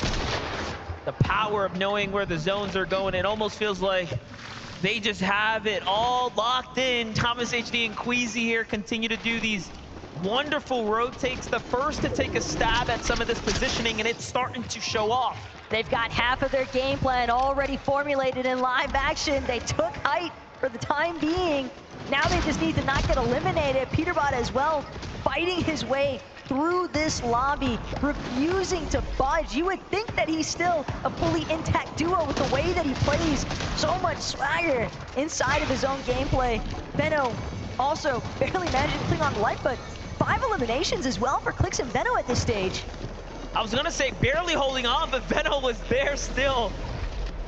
Just Flowberry Fizz, the refreshes now, things are starting to come together. Peterbot's got his eyes on the prize here, though. This is the villain arc for Peterbot right now, unfolding before our eyes here. As he continues to swing his way through this crevice here, but no! Doesn't take the first shot as a warning, and that's a huge mistake now. The first mistake we have actually seen from Peterbot right there. He should have known better. Clix on the other hand, he's gonna get credit for Gadu. Sion might still be kicking somewhere, but at least for right now, Clix, Veno, they're managing to find the refreshes when they need them most. Blixie and Vika, though, they've taken note of the team across the way from their current position. They're looking to try and get the chop from secondary height. Blixie, in fact, even hoping that he continues to build up. He's trying to cut off Queasy, and he finds him falling straight to the ground. Queasy jumps up and just gets melted there. That's the problem with the Flowberry Fizz. Unfortunately, now Vico and Flixie have a real opportunity here to take high ground, secure it, solidify their spot. straight to the end game. Meanwhile, noticeable names live. Bugha, Aviv, Quanti, and Gone still standing. Ed is in this lobby. Acorn and Cold are still alive. Wow. And the save from Thomas HD onto Queasy, though, was definitely not something I saw coming. Acorn and Cold now, they're gonna opt to layer swap through the low ground, making their way, crossing over all this natural terrain provided by Castle Doom, but again, the high ground, it belongs to Vico and Flixie. They are seeking out full control of this fourth lobby here, and everyone is folding underneath them. Flix down to his final 2 HP. Will he have a moment? Finally gets an opportunity to pop a small shield potion, but again, just scrambling, doing everything in his power to survive. He's got players funneling in ult from every direction, and it's not gonna be enough. Clix has been taken out. He did find Bugha there, though. A big elimination for him. Look at this, Trulex and Chicho once again in the end game. Just going for the heal off, looking for a top 10 solidified spot, but it's not gonna be easy. This Castle Doom is very hard to navigate across. Remember, these walls are extremely high HP, but look who's back in action. Thomas HD is almost figuratively and literally putting Queasy on his back this game right now, and Queasy gave him the credit last round, and rightfully so. We're seeing him really work for it. Acorn falls now. Bugha, Aviv still alive here. We couldn't have found a better time to talk about them because they've managed to rat their way through the castle here, and now finding mats to stay alive and get back. Meanwhile, Flixie and Vico jumping their way back up into this top 5. Flixie and Vico from the rooftops now by Castle Doom. Bugha and Aviv functioning out of the attics exclusively, but Thomas has lost Queasy yet again, only this time no opportunity for the revive. In fact, he's down and out for the count as well. Skrull doing everything he can to just try and make it back into zone, but it's all up to Vico and Flixie to hold their ground. They're gonna cut Skrull off in the process. Vico nearly gets credit for the knock, but instead we'll have to watch that one slip away. Vico finds that extra elimination, though. They are slowly cutting down the poles here, getting closer and closer to the roots. Give a look at it. 7 elims for Flixie and Vico. Bugha and Aviv not looking to jump up into the flames that are Vico and Flixie. Give it a second, though. No match. They have to continue to farm here. And like we talked about, this building, very, very interesting to try to navigate through. Armored wall comes in. At the very least, Bugha's trying to, make this a war of attrition, and they find an elimination. Another big one here. More points here. Vico and Flixie are coming down. They had enough of the weight. They find Aviv on the backside there. Vico losing a lot of HP to the storm, though. Vico nearly getting trapped in the process there, but unfortunately for Aviv and Bugha, they're gonna get caught inside the structures. They're trying to work their way through. Aviv nearly has it, but Vico and Flixie, just a little bit more HP to work with. They bring this one home. And it's almost like they just keep doing it now.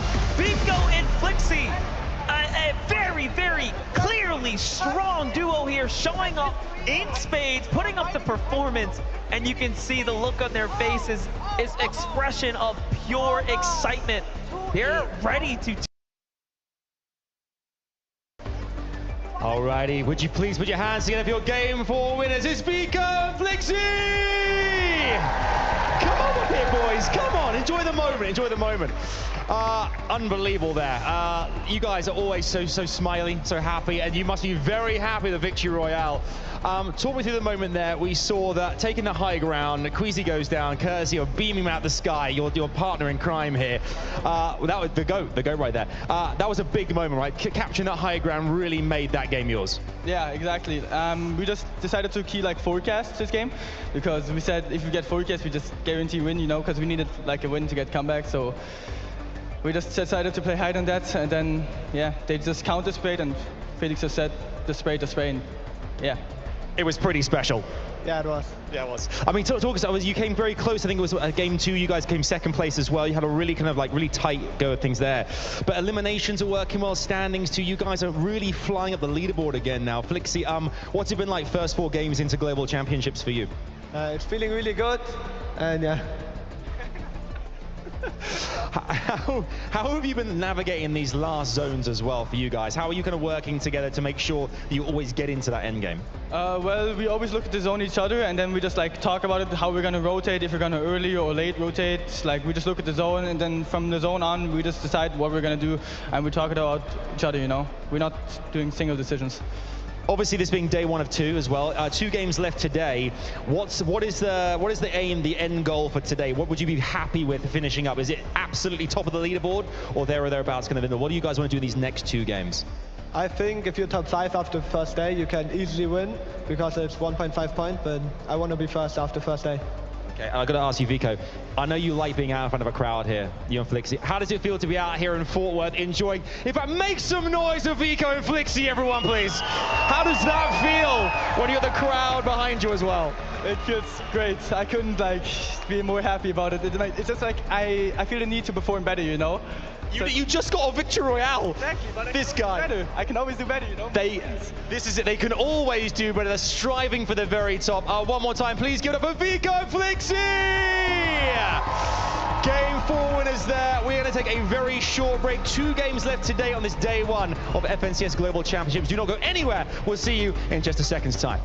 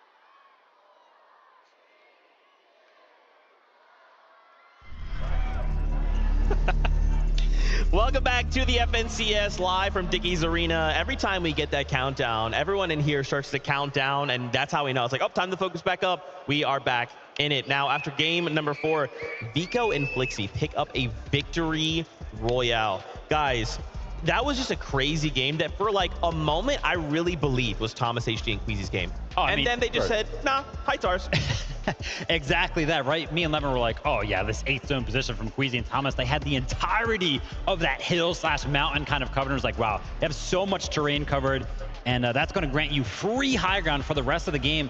Flixie, though, gets ahead of the moving zone. Queasy jumps just a little too high with that Flowberry Fizz activated, stuck in no man's land all the way up there in the sky, and what a great bit of shots from Flixie to kind of secure the high ground for them. Yeah, unfortunately, probably not the best there from Queasy, right? Obviously, they start getting sprayed, so you know there's a team applying pressure on you. You fizz just in case you get chopped, but then you ain't got to jump, man. You jump and they instantly beam you, punished right there. Is it one of those things where that last game where they had the high ground, right? They didn't really get pressed for it. This game, they are getting pressed for it, right? Did they kind of like forget that that can kind of happen? I'm not sure if they forget. I think it was one of those ones where you maybe just slip up in the moment, right? It's a very minor mistake. Unfortunate to get caught out by it. But from there, right, when Vico and Flixie went on to take the game, the crowd in here, they were rooting for one team and one team only to win that one, right? Everybody wanted Bugha to win. You could feel everybody was getting ramped up every time Bugha was on the screen.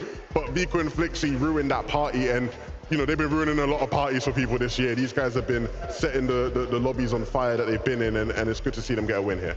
Crazy as well, they call out that forecast, right? Just allowing them to kind of have knowledge of where we're going next. That's just one less thing we have to think about. Now all we have to do, ruin your game plan, Bugha. Nice try, man. I know where you're going. I'm gonna make sure you get boxed out. And then of course on the other side, right, you're looking at Bugha and it's like, I have to navigate this building. I'm running on fumes, and these guys are just sitting up there waiting for me to come around this corner. Yeah, the castle was playing a big part of that. But yeah, me and Levin were like, wait, they're at a forecast tower, and it's not the one over by the railway. Right, so some adaptations, right? Maybe that's what we kind of can see from that halftime coach cooking something up. I mean, yeah, that was a big shock to me. We've all been discussing where they're going to fight Brights and Bolts for the forecast near Reckless Railways.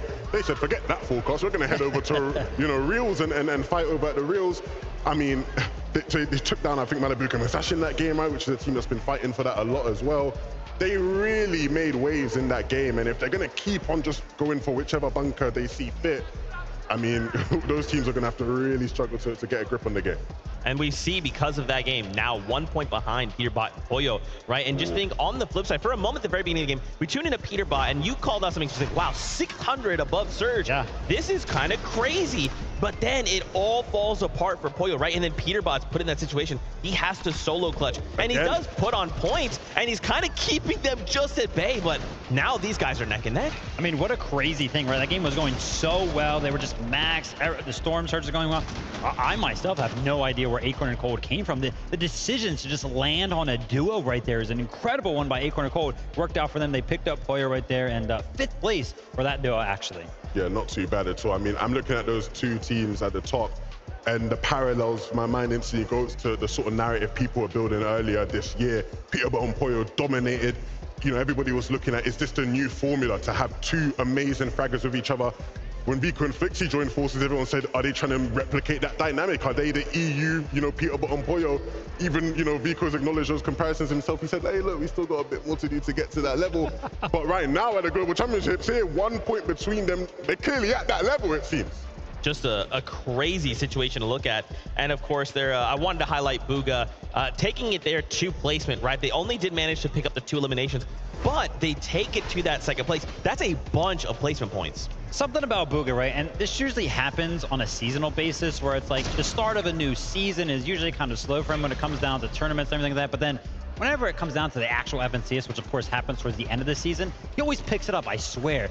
And I would love to kind of see that trend over the course of these 12 games. Have that happen at the Global Championships. A slow start so far. Let's pick it up. I mean, again, really unlucky at the end there, right? With the way the zones pulled through Castle Doom. Yeah. I think my biggest critique of Bugha over the last sort of year or so has been, he's really great at just being able to get his team into the top 10 consistently, right? But when it comes to win condition, putting his team in a position to actually win the games, sometimes it's felt a bit lackluster. In that game, though, it was excellent, right? The way they came low.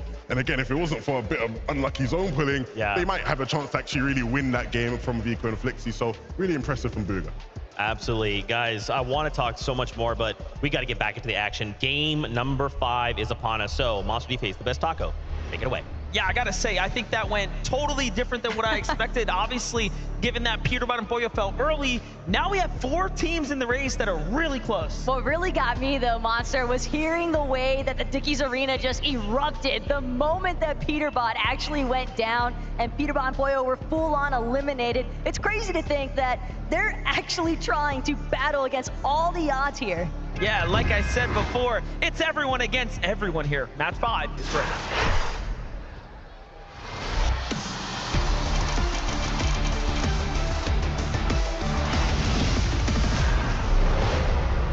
Match number 5 is kicking off here and now, and the standings couldn't be more closer. A couple of teams, though, are starting to find their strides, right? The top 10 ever evolving. A lot of those notables jumping up a significant amount now, really solidifying themselves in somewhat of a healthy position. Even if all things end now, the amount of points that teams like Acorn and Colt and above have earned is looking pretty good. A little bit more respect here coming out of Huddy and Kovacs, though. Sky Scroll, they're actually going to take over the 2nd floor here at the mansion at Rebels Roost. And the biggest advantage right now for Sky is the fact that he's managed to find Sovereign Shotgun, but at the same time, there's a hammer pump here for Kovacs. And both of these duos, I think, acknowledging the fact that if they take a little bit more time to loot, it could go slightly better. But this could be disastrous. Murstache, Malabuka, they already started to get a little bit more caught up than they would have liked. They dropped 3 placements after the results of that last lobby and find themselves currently situated in 8th. And Alex Worthy, they're trying to make them sure that they're the first team to fall even. Yeah, Alex has a lot of HP here, but Worthy's a little worse for wears. Worthy falls, and we've already seen one 1v2 today. Let's not make it another. Power Alex is already pushing the agenda here. Well played for Australia's Alex and Worthy from Team Power, putting up the numbers. And you know, if things continue to go that way, they'll see themselves in a good standing. But you can see it's not easy by any means to get the first drop in the first weapon. And talk about tough fights that could have went any way. Acorn and Cold seem to have had things slightly favor them this time around. Yeah, but at the same time, Cold losing Acorn and Alex Sensado may have done just enough damage. Fortunately for Cold, he is looking relatively undisturbed here at Brutal Beachhead, but if any of those other teams lingering around that southern zone in the desert area happen to catch wind of the fact that Cold is a solo and the reboot ban might be the biggest heads-up opportunity there, could be disastrous. But Alex, Worthy, the Power Fellows, they don't even get to rejoice in their celebration of coming out on top because Agers and Rise have arrived to the party. So have Batman, Booga, and Rapid coming from the high ground there, finding tags onto Rise, almost saving the day at this point for Team Power. Agers, DT, Rise now have to back off, unaware of what all happened here. Meanwhile, Alex saves his trusty teammate here. He's got the Stairway to Heaven up there though, man. That's kind of insane. Restored Reels certainly getting relatively active, but Alex Worthy probably just happy about the fact that they're gonna have an opportunity to keep this one going. Stronger in numbers for sure. Vico, Flixie though, they seem like they've really been heating up. Shadow hoping that he can cool them off, but Vico at the same time, he knows so much damage has been done, but he's gonna find himself on the receiving end this go round. It's all down to Flixie to clutch up. Flixie's very good, but going against Shadow here, I do think Shadow is an extremely strong box fighter. The edits come in though. Look at how fast Flixie manages to respond, but still Shadow with the better shots overall. And now a time to heal here. Flixie has to respect this duo now, and I think he knows that. Tries to go up to find and secure his elimination. Can he track it back here is the question. Seems like he knows where it is, more or less. At the very least, I think Flixie wants to ensure that whether or not he wins his exchange between himself and Shadow. In fact, Virgo had all the goodies that Flixie could have possibly wanted. It was a med kit that came out of the body loot. So pressure is on now for Shadow. Very high likelihood that Virgo was able to communicate. He got my med kit, And so that means that Shadow has got to act fast if he wants to prevent Flixie from reaching 200 HP again. He also gets the material, right, which Shadow only has 2 mats of now. So what was once a very promising situation for Shadow is not looking like that anymore. 2AM Shadow gets the first tag put on him. It's not looking good anymore. The jump shot is no good, and Flixie clutches up. And there's not a duo in sight at the moment, so he should be able to save Vico. And I know we put the focus on Vico and his potential, but now you can see he is equally met with a very strong partner. But you know that every single one of these players has got their eyes set on that elimination feed as well. So for Peterbot and Pollo, they might have at least some slight indication that there's been trouble, at least in match number 5 here for Vico and Flixie. They could look to try and circumvent this route that Vico and Flixie traditionally like to go after and potentially cut them off. Maybe even look to ensure that they can maintain that first place position if you take out second. This update right now that we're getting onto Clix and Vino, who's on the move here, just north of the Sandy Steps, but they're seeming to double back. Something wasn't right up there. They're backing on off now. A lot of material to make up for here, so bit of a scrappy start. No eliminations tell us that the Australian team of Damon Resigns escaped the drop. Meanwhile, Victor V and Paper possibly in a fight against Chapentini here shortly. Wow, talk about medkit nation though for Victor V. Chapentini are going to have their work cut out for them if they want to take up an exchange here between Paper and Victor V. But most importantly still, Paper and Victor V, they have amassed so many boxes surrounding this forecast tower. Chapentini were looking to try and take down for the forecast keycard first, but immediately Paper, Victor V, look at a collapse. Chap fully cracked Victor V. Paper, no, they've got the advantage. Teeny actually gonna get pincered instantaneously, and now Chap trying to see if he can save his own life. Almost put through a full edit course right there. Victor V at 3 eliminations right now. Flexing how good of a player he really is. Don't let his face fool you. He has experience under his belt. Chat, clearly better on the standings at the moment, but not by much. It's a point separating them now, as these 3 eliminations have really jumped them up. And look, it's all for everything, right? They have the card that they need for the rest of the Storms here. Chap has to just back off at this point, otherwise he'll start to lose his tournament opportunity here. Game 5 being very late into the day. These are the last chances to set yourselves up with points here, so you got to put your ego aside. Well, you say Chap might need to back up, but with the way that Rise and Agers are closing in, Paper, sure, he's going to confirm that forecast for himself and Victor V, but at the same time, if they're not careful on the disembark from the forecast tower, Flaming Boost Tube could pose some issues. It seems like Rise and Agers were setting up in a position to try and protect it, try and maybe get a knock-on elimination for any teams looking to take it. Now, all things considering, the point gap between 6 to top 20 is very, very close. Things start to jump up towards the top 5, so even a team like Paper and Victor V have a lot of opportunity here to really ramp up. Meanwhile, Thomas HD just giving us a show, showing us what he can do with that Monarch pistol. He does it without the scope this time around, so all the more impressive. That makes me sick to my stomach watching Thomas HD use any sort of sniper-esque weapon, you know? Even though it's the Monarch pistol at the same time. He's just so pinpoint accurate, it's ridiculous, but Batman Booga, Rapid, they're trying to get a little bit of an uprisal here, and Rapid, he's got visuals in his sights, beautiful right side peek, perfect moment to open up, but Visuals immediately looking to retreat, and he's gonna go side by side, hip to hip one more time with his duo. Great tag there for Rapid to set them up, a big 108, but Visuals climbs his way back into a fighting stance here. Clearly, they're not content for fighting for this position here of the bunker. They back off. Booga and Aviv, we get the early update with them for the first time to really see what is unfolding for Bugha. No shotgun. Oh wait, yeah, he does. Got a little loadout going on here. Aviv as well on the move right now.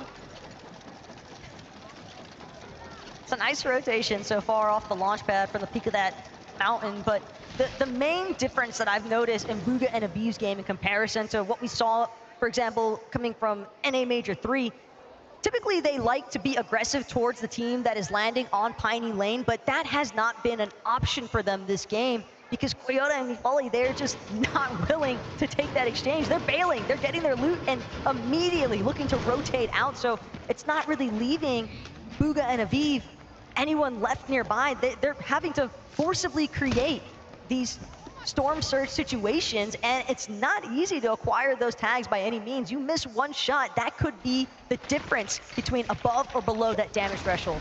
That is true, and speaking about big differences, Peterbot and Pollo just got their hands in on that bunker. Let's not forget the bunker will give you access to that modification bench to change your weapons, right? To get yourself nice and comfortable. And now that they have that, they'll likely be looking for the Rift Island to go ahead and take a fight.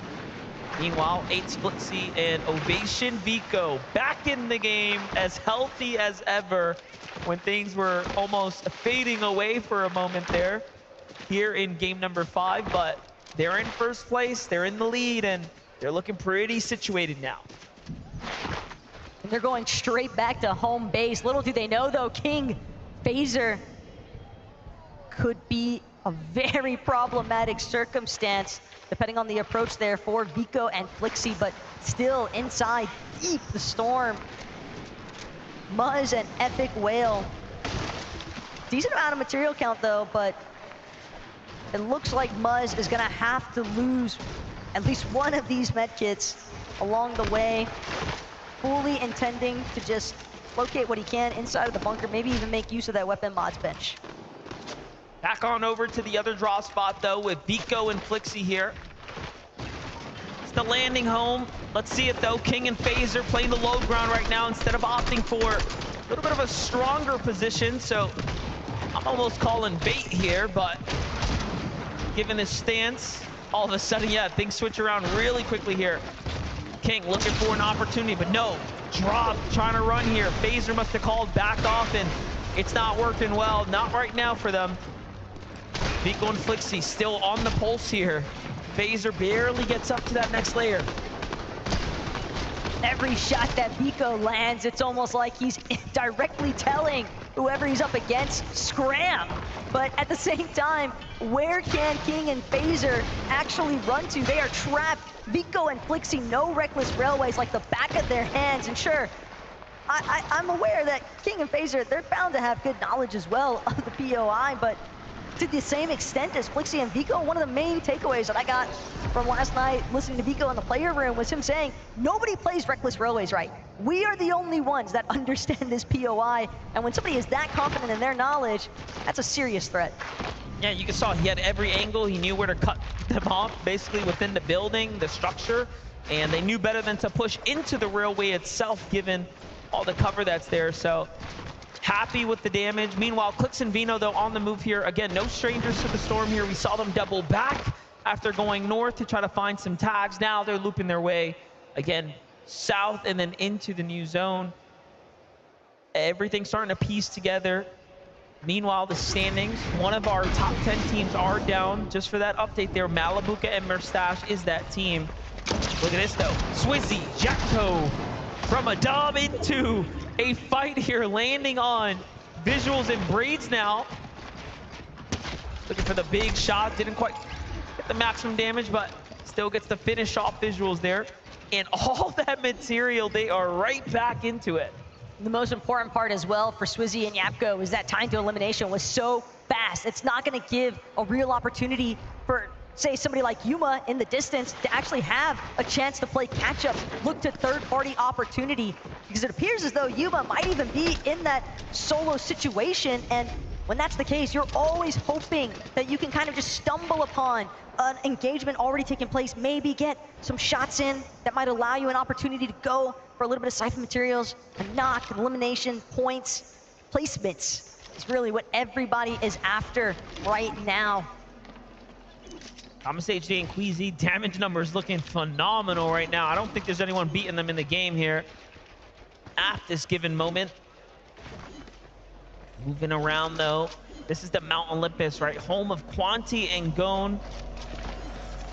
Should very likely be up top somewhere. Look at this. You got Janice here. You have Kramsu. A lot of the Brazilian teams there. Persa and Ed. Little bit of a giggle because if the one surge base wasn't enough, Trulix and Chicho have evolved yet again into maintaining 2 separate surge bases even. Meanwhile, Aviv, Bugha tangled up a little bit here right now with Swizzy, but we've seen Swizzy perform already once today, MDF, in a 1 versus 2, and this time he's still got his duo with them, but most importantly still, Aviv, Bugha, they're trying to do what they can to break through some of these builds, but they're just gonna find themselves cut off. They're not able to actually cross the gap just yet because Bugha also needed ample opportunity to make sure that he could regenerate his shields off of what heals they have left, but that's gonna be more than enough room for Yapko and Swizzy to just full on disengage.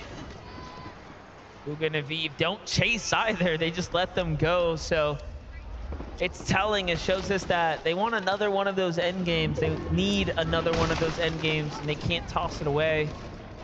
It's a chance for them to go ahead and do just that, but they do need more damage. But talk about that. It seems like Swizzy rotates right into Bryce and Bolt, so not too much longer do they fall. But Peterbot and Pollo, the Rift Island, we already know. They hit the mod bench, they're set up, and then straight to the Rift Island every single time here. And now Shari is so low. Storm Surge going to be giving them a big problem here in the coming moments. The worst part is knowing that it's Peterbot and Pollo. Every time that reveal medallion goes off, it's every 50 seconds, by the way. And again, teams are marked, players are marked for 15 seconds after the fact. That is so much information, and in the hands of somebody like Peterbot and Pollo, it can be devastating for the rest of the lobby. But Cherry, he's managed to find an isolation moment. Worthy trying to do what he can, but the Storm might take him out as is. Instead, Cherry diverts his attention to another Oshi player, and he is going to find Damo in the mix. A couple of knocks, a couple of eliminations. Couldn't have come at a more perfect time.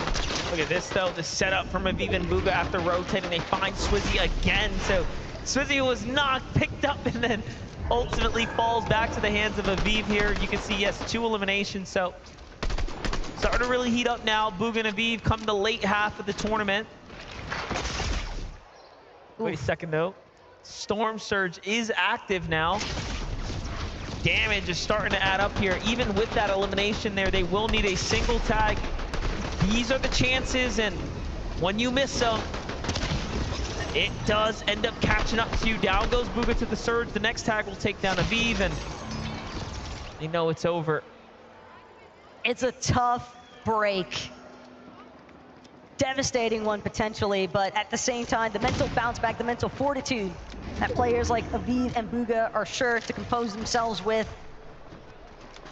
See how they bounce back in the final match of day 1 here today, but more importantly still, all these other duos, all these other players that still remain, Monster, Scroll, Sky, trying to scale their way down, but crossing bodies of water, knowing that there's teams already set up on elevation, shots just pouring in from multiple directions, and you're still trying to maintain focus for an open opportunity. Scroll can't even take any sort of chance to heal. He knows that if he pauses 1 moment too long, that's where he'll be taken down. The build count just not where it needs to be. Handful of armored walls remain now for Sky. He's still trying to see if he can get 1 more shot in. Any sort of a break at this point, but essentially MDF, it looks like they're about to fall just outside the placement point zone. Yeah, he's got Batman Bugha coming right at him as well. Doesn't quite find a chance to find the tag there. Someone else snipes the elimination there too, and all focus starts to aim towards him, but 46 above here, doesn't hold on long, and he just gets melted right out of the game. Meanwhile, Reet and Ritual are down. Rapid and Batman Bugha don't survive the rotate, as you saw there, and so much of the immediate competition, our bubble teams are falling. That's going to make for a very interesting last game of day number 1, given how close it's going to be point-wise. So we're going to see a lot of changes come that last round, but Vino and Clix holding on by a sliver here. This is too close for comfort, though. Clix and Vano have practically no space to work with. They've got 2 separate teams underneath them. Their only saving grace being the fact that Peterbot Poyo nearby, getting those mark indications from that reveal medallion. That's going to be enough for them to emphasize focus onto Reason's box. But again, Acorn, Cold, directly underneath where Clix and Vano are currently at, and they are looking to be in a much more situated position here. This is tough stuff. But look who's got high ground again. Flixie and Vico take the chance here while everyone's playing passively boxed up. They snipe up a strong spot, and they already have the marker set up for another high ground spot. And you can tell they're playing for wins here. This is all win condition setups. Meanwhile, Vino and Clix struggling here below the surge, need damage, they need health. And it's a very healthy Vico and Flixie above them, so not an easy duo by any means, but they don't have that information. Veno knows that they don't really have much of a choice at this point. They've got to jump into just about anyone's box if they want to keep this game 5 run going strong, because a refresh is a necessity at this point. The material count entirely too low. They need heals as well, and they're not going to find it unless they eliminate somebody else. But overhead, Vico catches a glimpse of Clix, takes out a huge chunk of his HP, but at the same time, Clix actually does wind up falling, and Veno meets a similar fate. Just no escape from the top end of the leaderboard. And it's played so smart. Vico and Flixie use those armored walls perfectly to bait them around, and then right when you think they're not interested in fighting, they get at the top on the Vino and Clix there, and you know, it's just excellent defense, and clearly they're playing so well. It's hard to compete against that. And talking about that, Peterbot and Boyo continue to find eliminations. Take a look at the replay here. While all of that was unfolding, they find threats with the finish there. Now that's 3 elims, another end game, inching its way towards them now, as we're almost to zone number 9. Big moves here for Peterbot. They're going to give up the high ground a little bit here to play the low front side. Very interesting strategy, given that they had mats to work with. But too many teams are alive for their liking, it seems. Also, the natural elevation possibly working against their favor for the time being. They don't want to get caught off guard, much of a similar fashion the way that they've been catching other teams off notice. But Thomas HD, Queasy, they can see all these teams sliding down the mountain face. Trapsu and Clone doing what they can to survive. Similar circumstance there for Cooper, as Peterbot and Boyo continue to pressure against his walls. But just behind, Peterbot saw Victor V and Paper as well. Could be some big fights taking place soon on the low ground. Let's not forget Kovacs and Huddy were taken out in the drop last game. They were in 4th coming into that round before slipping down the standings now, showing us just how consistent they really are, coming right back into things. Meanwhile, Queasy pushing their way through. Down goes Cooper, looking for the finish. He'll get it. Kanata forced to run up to another layer here. And they might not be in a spot to win the game just yet, but they are racking up a lot of points now once again, coming into the final rounds here for day number 1. Chicho and Trulex, another end game for them as well. Teams just showing their stride. It's very clear who's had good performances here today. Acorn and Cole get chopped out by Flixie and Vico. They are just the talk of the town right now. Vico, Flixie, Peterbot, Poyo, they just seemingly operate at a different level altogether currently, and everybody else just trying to play catch-up. Chicho, Trulex, they caught wind of Epic Well, but Epic Well doing what he can. It's an even exchange, down to just Trulex versus Muzz. But the question is, will he even manage to find that? Instead, Kovacs gonna opt to play the medkit. It's all down to just placement opportunity at this point. And then you have Boyo and Peterbot still alive right now, still kicking here. This is the only competition besides Acorn and Cold who can obviously rack up enough points to give everyone a run for their money. Bryce and Bolts are setting up for the high ground win, while Boyo, Peterbot, Vico, Flixie are fighting for eliminations closer to the low ground now. And they might just clash here in the moments to come as they're standing on opposite ends of the low ground position here. Boyo pressuring everyone nearby. Flixie down, Vico down as well. To the hands of the teams on the other side as well. And look at this, the low ground spot for Peterbot and Boyo, just so content, but now they're looking for high ground. But the real winners of that exchange, Queasy, Thomas, Vico, Flixie, they all eliminate each other, so now it's just up to Boyo and Peterbot to see what they can do. Bolt and Bryce, though, firm grasp of the high ground, doing what they can to just try and shred through the players underneath. Dukes scrambling, barely managing to throw up some wood above his head, keep him safe for the time being. But at the same time, Peterbot and Boyo, they are titans on this low ground currently.